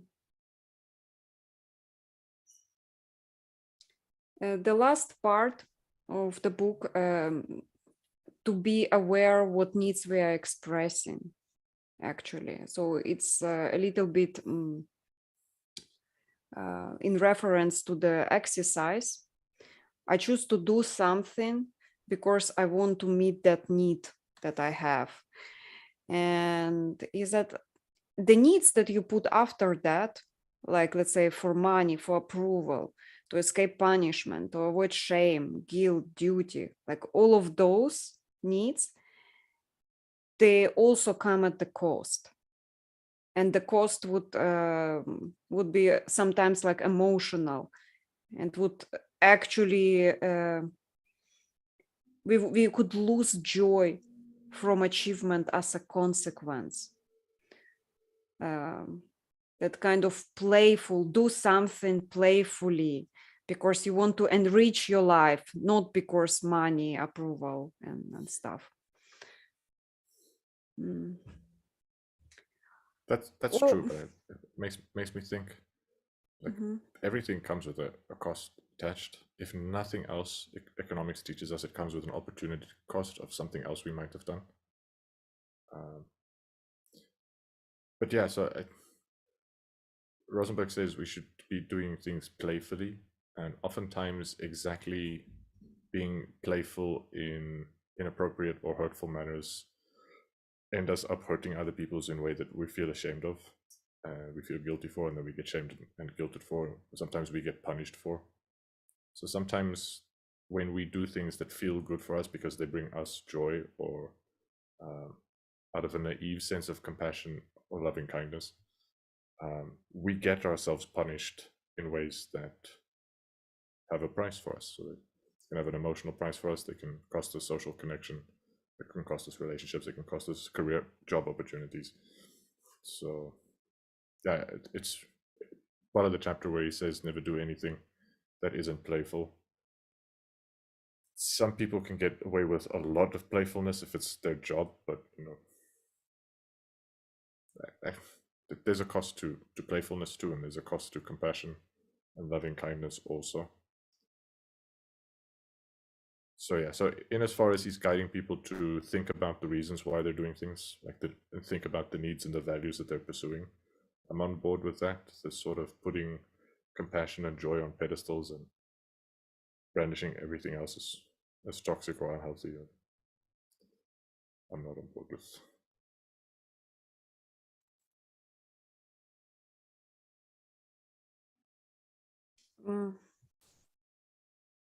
The need for money or approval. I see kind of judgment in here. I mean, he's like cultivating awareness of the energy behind our actions.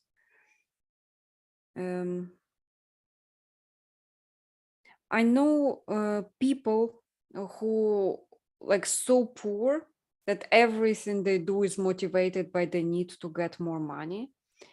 And their self-esteem is so low that they can do really little, actually. So, and applying principles of nonviolent communications to themselves won't help, actually. If they would be in that depressed state with absolutely zero agency,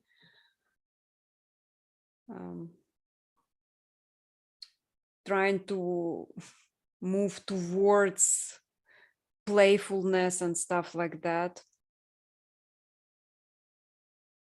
I don't see it happening for those cases, let's say. It's pretty hard. So there is some agency should be in here. Like the moment you realize you do something for approval or something to escape punishment, the next step normally comes, oh my God, I'm doing something wrong, again, against the book. So I'm grappling with that. Well, here's where I kind of read the territory that you're wrestling with here, Kara. It's a question of, is the impetus an external one, sort of societal shame based? Is it internal, where it's fear or pain based? And it's, again, a lot of this ties down with the image, again, the burning monks in Vietnam, where they were basically self-immolating. And they have such mastery of their emotional regulation and all that, they can sit there and be perfectly happy burning into a charcoal like that. And so somebody can be perfectly happy, in a cardboard box underneath an overpass, and somebody can be miserable in a mansion. It's a question of how their wiring is, their psyche wiring is set up. And the people you're talking about, it's basically they're almost entirely society based. And if they're not up where they think they should be, that's an inherent lack in them. And there's nothing inside themselves to basically, counterbalance that. They're basing their internal emotions on that external judgment. And once you do that, you're at the mercy of the external judgment. At the very least, you should have those balanced, your internal versus your external. You shouldn't ignore either of them. and you shouldn't have one really being the master of the other. They kind of should have to get along, at least from my perspective. That's how I work it. Does that make sense to you guys? Tag. It makes a better sense. I do want to qualify that a little bit. So the difference between intrinsic motivation and extrinsic motivation is a very common one in psychology. But just something that complicates that is in close relationships, like at a brain level, like on a neuroscientific level that has been at least to some degree measured, is people can get so close to other people that they begin to co-identify, and so that there's a melding of the self with other people. And so what's good for them is good for me too, because we're kind of the same person to a large extent. That's usually not a perfect overlap, but in close relationships, there is overlap with how people think about themselves and how people think about others. So being good for others is experienced to some extent as being good for oneself, and being bad to them is experienced to some extent as being bad for oneself. That's particularly strong in the case of very strong attachments between parents and young children. And so parents will experience the good of their children as their good, and the bad for their children as bad for them, in ways that are measurable. And another complicating factor is that I guess a lot of our emotions have evolved exactly for social dynamics. And so things like our anger and our playfulness and our lust and just human emotions, our emotional needs, are most powerfully either frustrated or met in social dynamics specifically. So in the way we relate to others. And so yeah, acting out of a need for the relationships to be sound, to be healthy, is in some sense acting for extrinsic rewards, so that people will accept me enough to have healthy relationships with me. But in another sense, my internal needs are for having healthy relationships and relating to people well. And so if I act in ways that make everyone reject me, I am also acting not in my interest, because I do have an internal need for healthy relationships that would be very hard to completely override. Not perhaps impossible, but in a stable, sustainable way, very difficult to override. Yeah, I think I'll leave it at that. So intrinsic motivation, extrinsic motivation is a thing. So doing something for the sake of the effect it has on others' approval of me, versus doing something for its own sake because I have a need to do it, or because I value the thing. It's not necessarily my need. I may value other people's needs. That is a difference, but they're slightly enmeshed, and so not 100% separable, because of the way we relate to people and the way we get attached to people. Good points, Nodalian. I would add on to your examples with the merging of selves, long-term married couples, because there's a pattern where when one dies, the other rarely outlives them by more than 2 years. And I see that as the phenomenon of that merging of selves as well. Tagging out. Yeah. Don't know like how rarely it is, but it's common enough for people to die close to know. So that's a well-known phenomenon. But there are cases of widows who outlive 3 or 4 husbands. That's also a thing. I mean, not me. It's like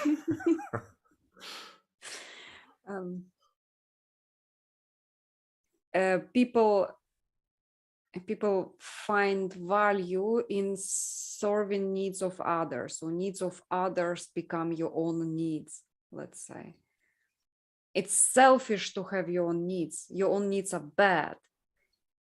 Other people have more right for their needs. You helping them to fulfill their needs would mean you're a good person. And so it's like this construction in your pattern in your brain that would make you live out the dreams of your parents, let's say, rather than finding your own path.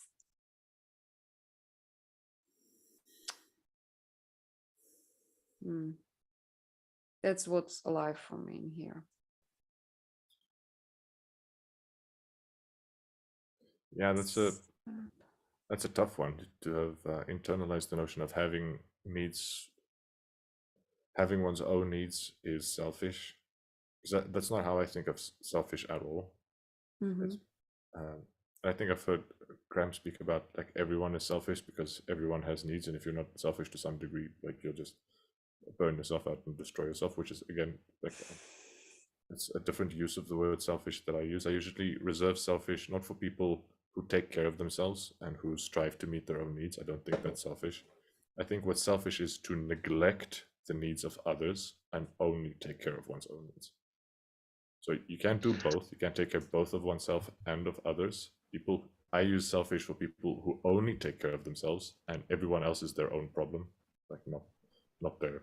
So the selfish person doesn't ever make it. You're 100%. You're 100% right. I retract my previous definition. I talked that over with my counselor. She explained that the clinical term of what I'm talking about is self-care.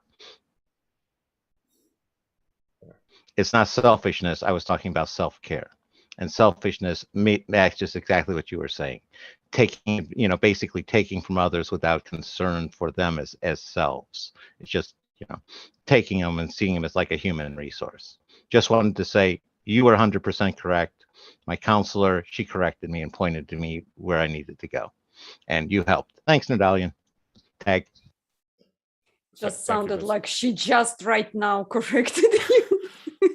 Like, they're texting each other. This week, yeah. She's in comments. She's watching us right now. She's big fan. It's still possible that both me and your counselor are wrong.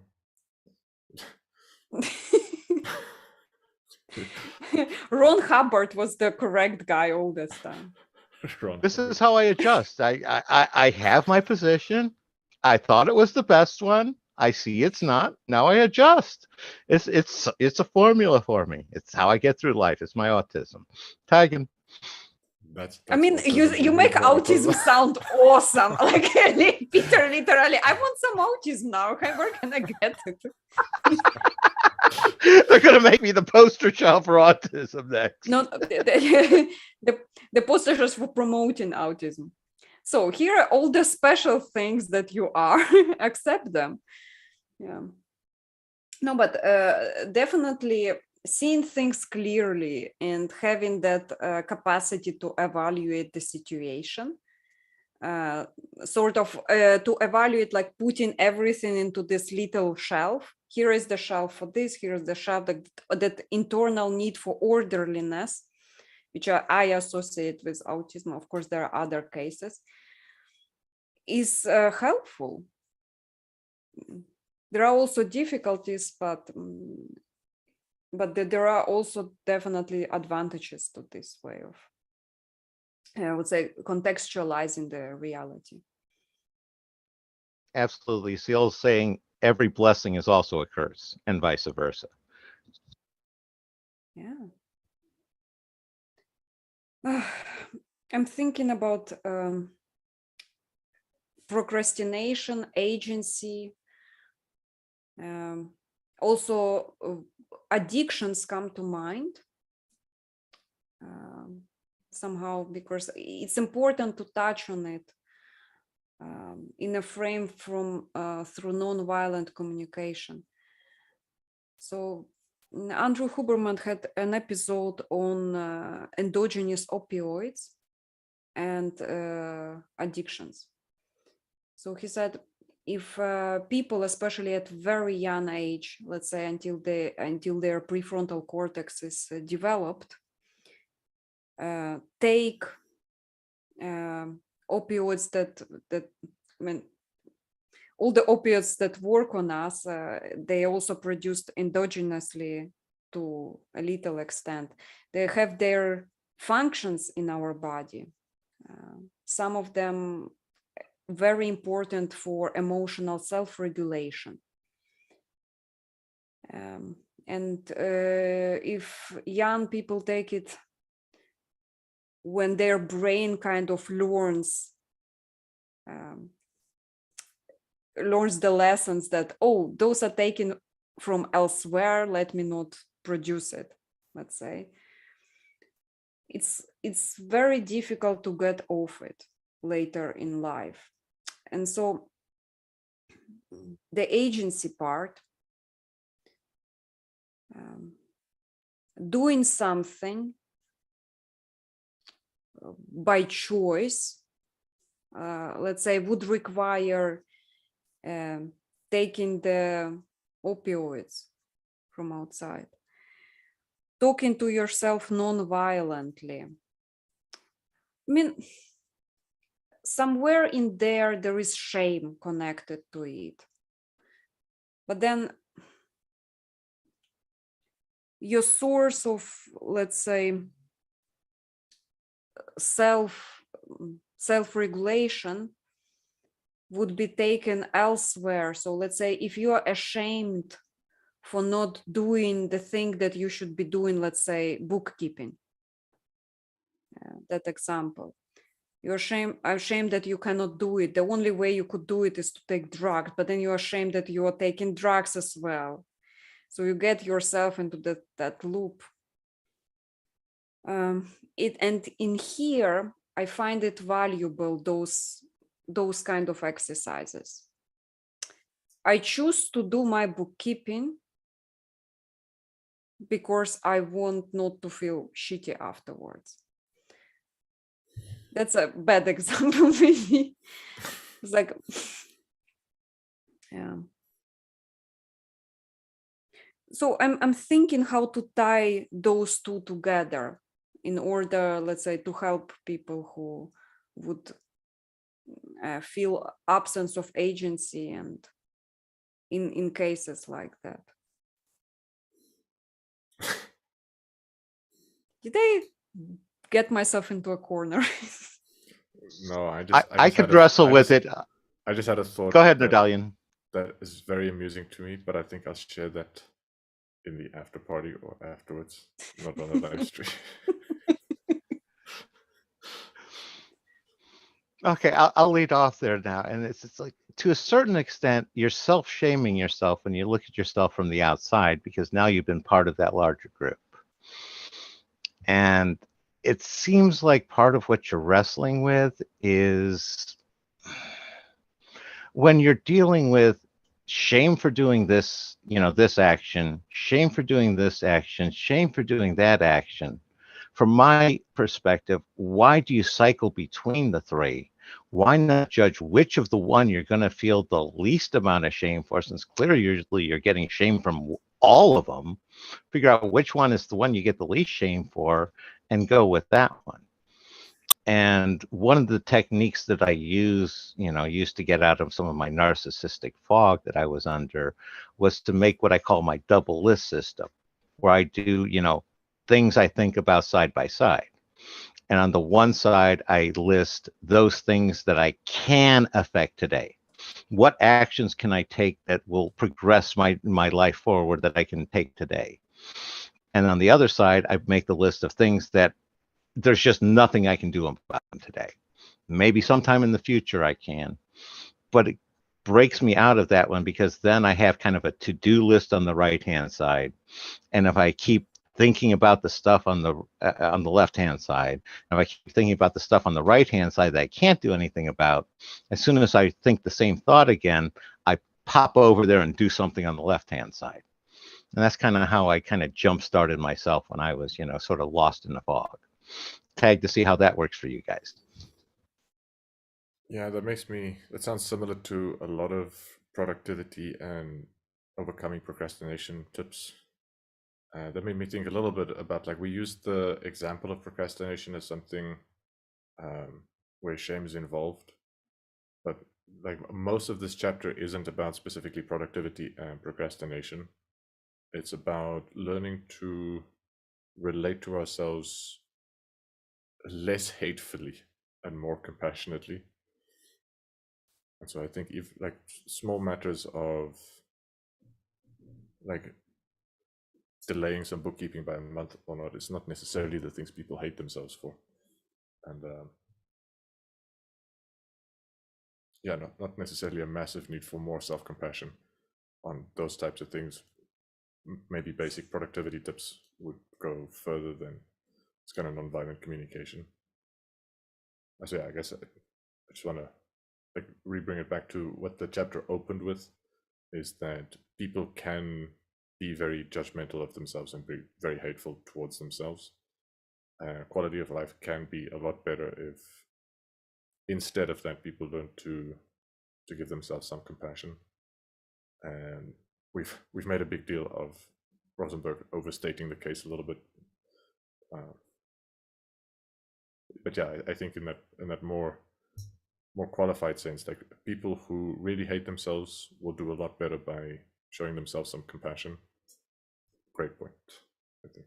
And maybe procrastination isn't the best example of people hating themselves. Actually, honestly, all of my mistakes had been done because I was procrastinating. I was escaping things that are important to do in life. And then I would be like, let me go into that thing that feels good at the moment, that I will definitely regret in the future. But it feels so good in the moment that I will forget about the thing I should be doing, which is bookkeeping. or let's say the preparation for the final exams. I have a long history of procrastinating where I would like basically prepare for the university exams a day before. I actually think procrastination is in my case is the biggest source of shame. It's like it's the driver that gets me to do things I'm ashamed of for later on. So a little bit biased here.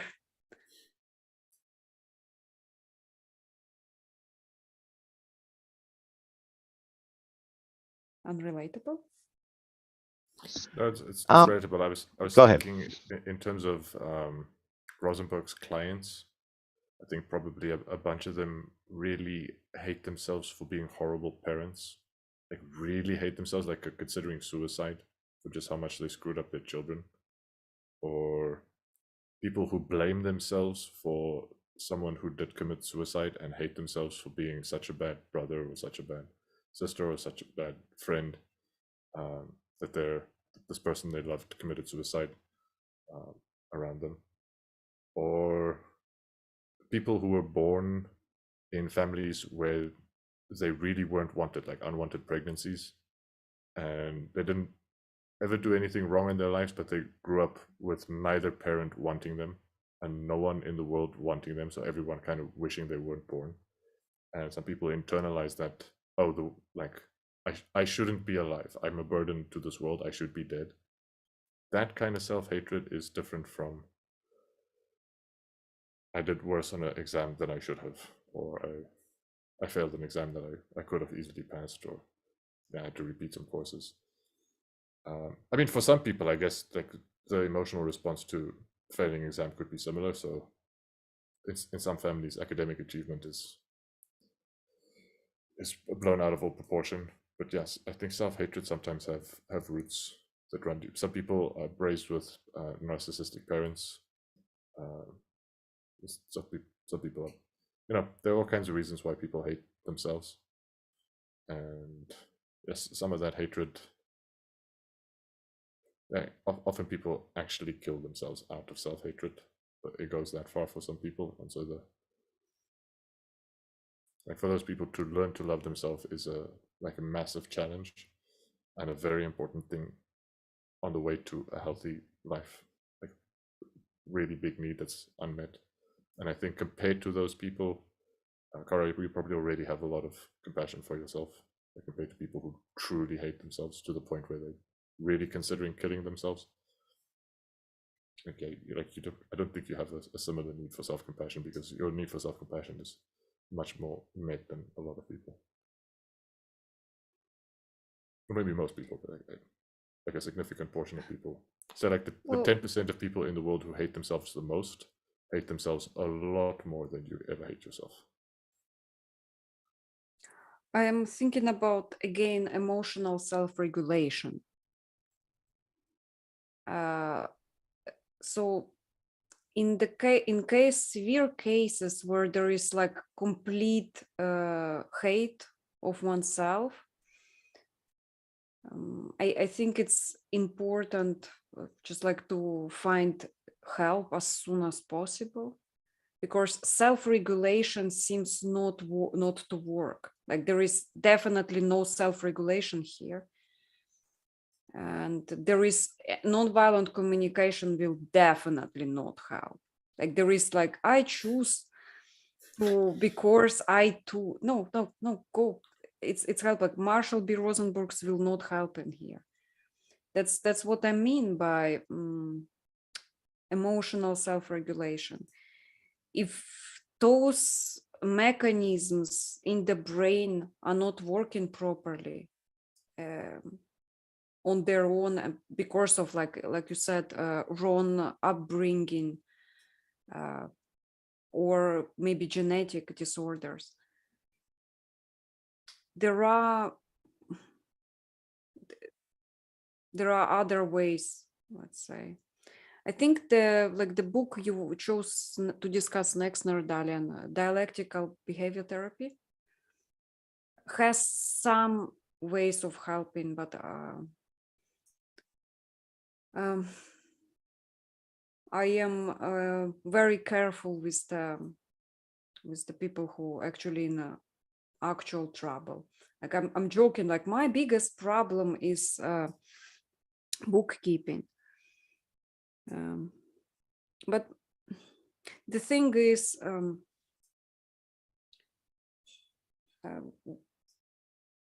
when actual real problems arise, there should be like ways of clarity to properly assess the situation, to the point where people actually do realize they need help.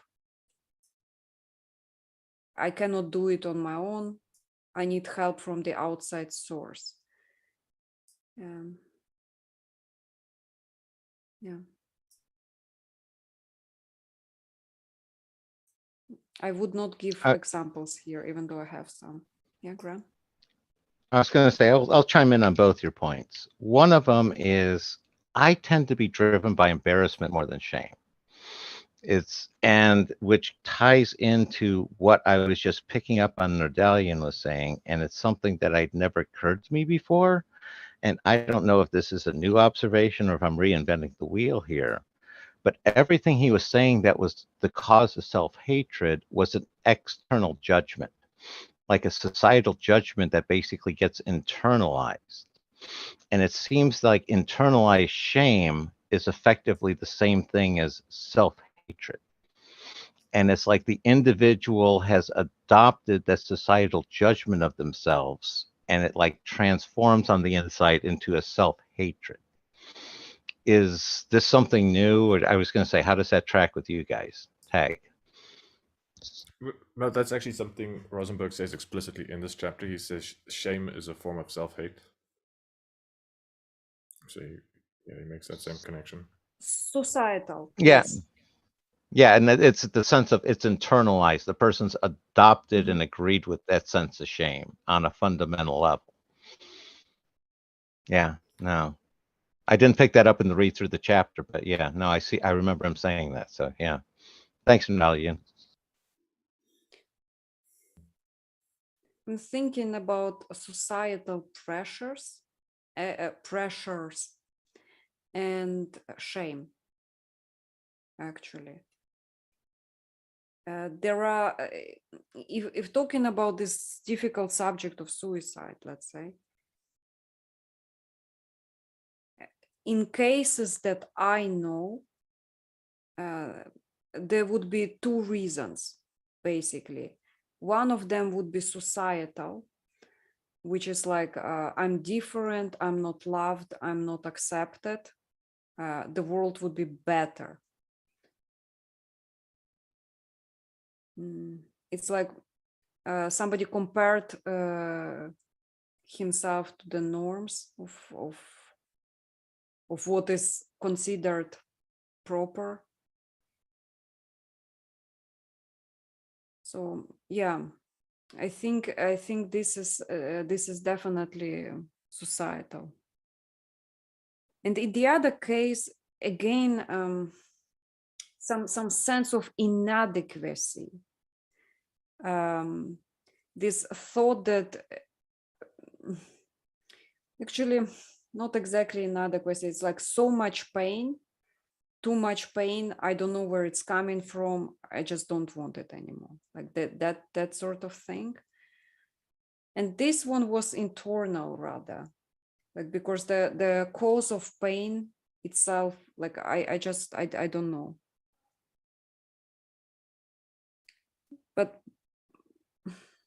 But definitely there is something with the social norms that that kind of spike shame levels up in people. No, what you're saying there makes a lot of sense, Kara. Tying back to your self-regulation of emotion, in essence, that internalized shame, you can't regulate so much that especially neurotypical, that external shame projection on them. And when they internalize it, it like bypasses all of their normal internal emotional regulation techniques. And I was going to tag with 100% on you with I have two friends who committed suicide. And one of them was entirely in the pain category. And it's one of the ones that I use where I just can't fault him for it. He was suffering from MS. And he reached the point where him and his family agreed his life was just miserable. And he just couldn't face that ever increasing pain going forward. So he saved up his pain pills. And a week after our 20th class reunion, at where he had a great time seeing everybody, committed suicide with his family. Everybody knew it was going to happen. I didn't find out till after the fact, of course, but I can't fault him for it. The other one was basically a friend who committed seppuku. He had gotten into a legal situation where he was going to have his whole reputation destroyed. He was under investigation, and he had an unfortunate overdose on opioids, which saved everybody all sorts of problems for his family and everything. And again, I understand why he did it, and it's like you shouldn't have done the first part, but it's like that's my experience there, and I can understand their motivations, even if I can kind of agree with the first guy and totally disagree with the second. Tag him. Yeah.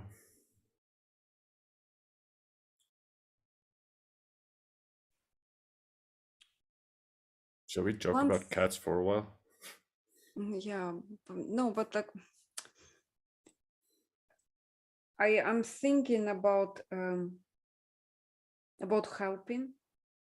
Like, what are the ways to help? Like, definitely in case of MS, like the only thing I can agitate for is like raise awareness, invest into better ways of maybe curing some epigenetics, anything like how are we cloning cats and dogs and we can't help with those things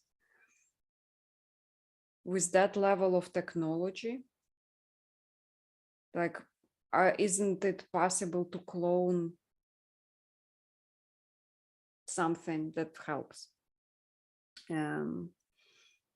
It's interesting how we are like flying, trying to get to Mars, but there are actual human things that can be helped with. And the public shame part, where somebody's under investigation. I know a case where it was also, the guy was not even under an investigation, but it was like an honor thing going on. A guy committed suicide because his company lost a lot of money and he could not face the embarrassment of living without money. It was so big for him that he like being poor, like somehow, like I don't know the specifics of it, but those were the named reasons. There was a case of a guy who committed suicide and in process killed a bunch of people as well. So there are many reasons, but like I'm thinking how to help, like basically, or at least to understand so I can just be able to help like at least one person. It would be already worth it. Yeah, that's sorry, Nordalian, you were talking about cats? Yeah, that's a great. Shamelessly. Okay. Why? The Schrodinger's cat. Wait, sorry. Yeah, write a joke about Schrodinger's cat was acting both out of shame and of sincere compassion and a desire to help people at the same time. There is a joke from Upcycle Club. David Thiel music for Cats album. album, and particularly Katie Moss. Catwalk sounds great.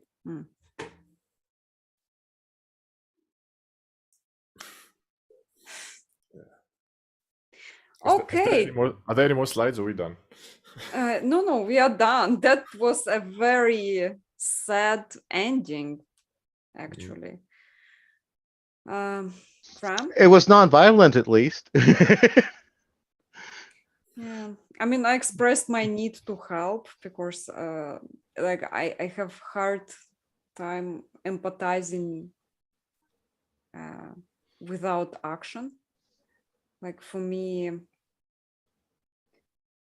that agency part is really important.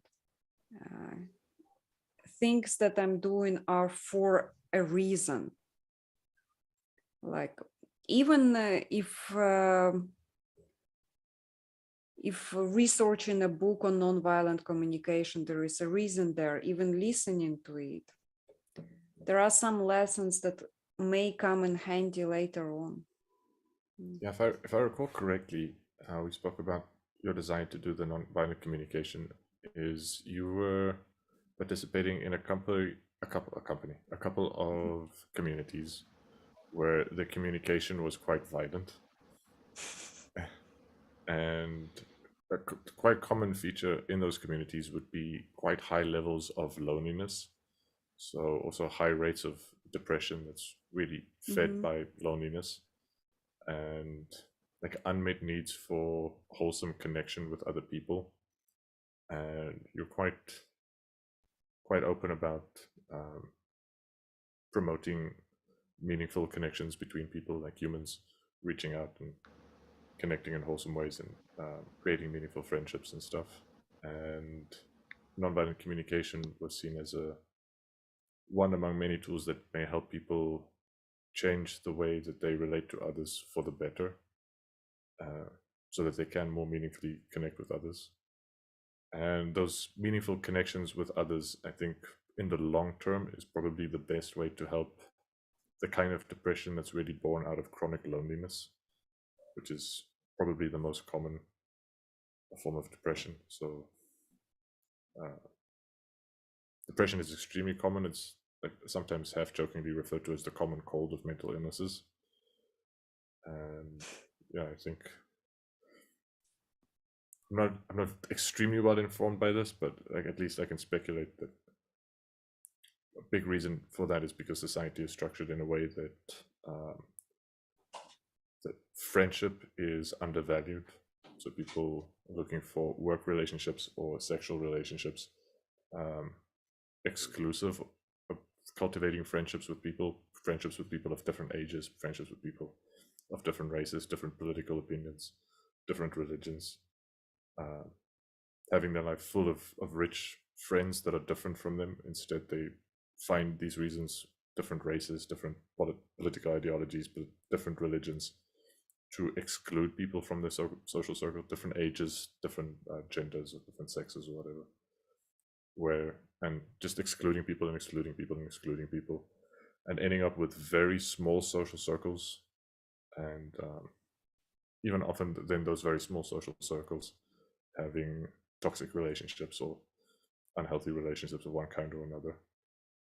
And yeah, there's some of the things that Rosenberg says that are really helpful for connecting more wholesomely to people. So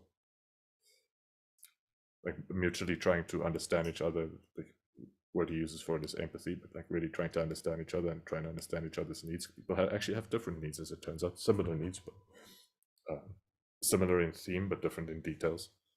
And getting to know each other's needs and finding awesome ways to serve each other's needs and to understand each other, to have conversations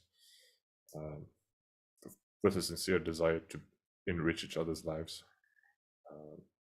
It's a decent foundation for good wholesome relationships. So I do think there's some helpful things, even though I'm quite critical of him, and I think a lot of the places where I'm critical is mostly taking him quite literally when he's writing somewhat hyperbolically to make a point, saying, well, this over-exaggerated, overgeneralized, hyperbolic form of writing doesn't really make logical sense.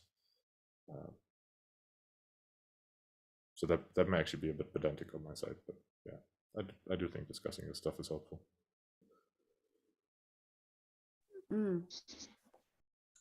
I was going to agree with you. I sort of wrestle with where Rosenberg goes astray with me by viewing it as he has some really, really great useful tools, as long as it's within this restricted function of safety and mutual goal for NVC. And it's like if it's outside of that range, it's not going to work so well and could actually become toxic if misapplied. So it's a question of basically, it's great as long as you use it. He's adding some great tools to my arsenal, and I appreciate it. It's great, and I thank Kara for inviting me and letting me throw my autism up against Rosenberg and see where he works and where he doesn't. Tag. I really appreciate both of your perspectives. I want to address the clarity with which Nerdalian actually reminded me why I'm doing it.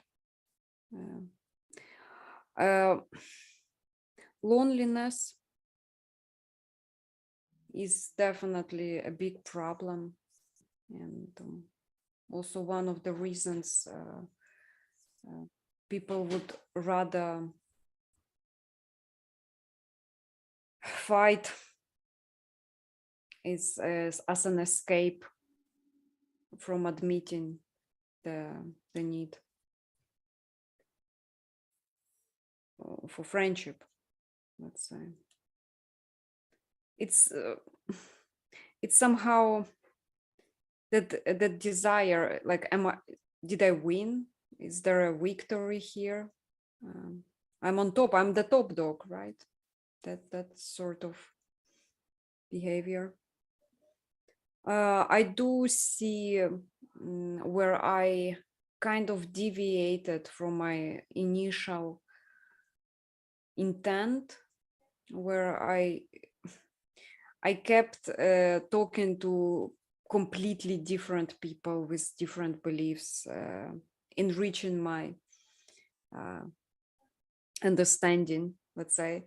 And then at some point, I felt a slap on the hand, judgment. So the the loneliness of other people backfired on me, let's say. It felt like it. And now I'm trying to kind of come back to the initial state of understanding, let's say, and keeping an open mind without that PTSD kind of reaction to aggression, let's say, or misinterpretations and stuff like that, finger pointing, shaming. Yeah, I think it's an interesting frame to continue. Friendship is definitely the subject I want to research more. And for those who haven't seen, please check out the Food for Thought about friendship. I will continue the subject. And hopefully Nordalian and Graham will participate and enrich my understanding of it. I thank you all for coming. We are concluding. Nordalian and Graham. Guys, I will provide the links below how you can support, talk, and follow my today's speakers. We should thank Introvert and Upcycle Club too. Yeah, everybody in comments. Chat, yeah. Very busy. Cornelius and Cordell. I will thank him later. Okay.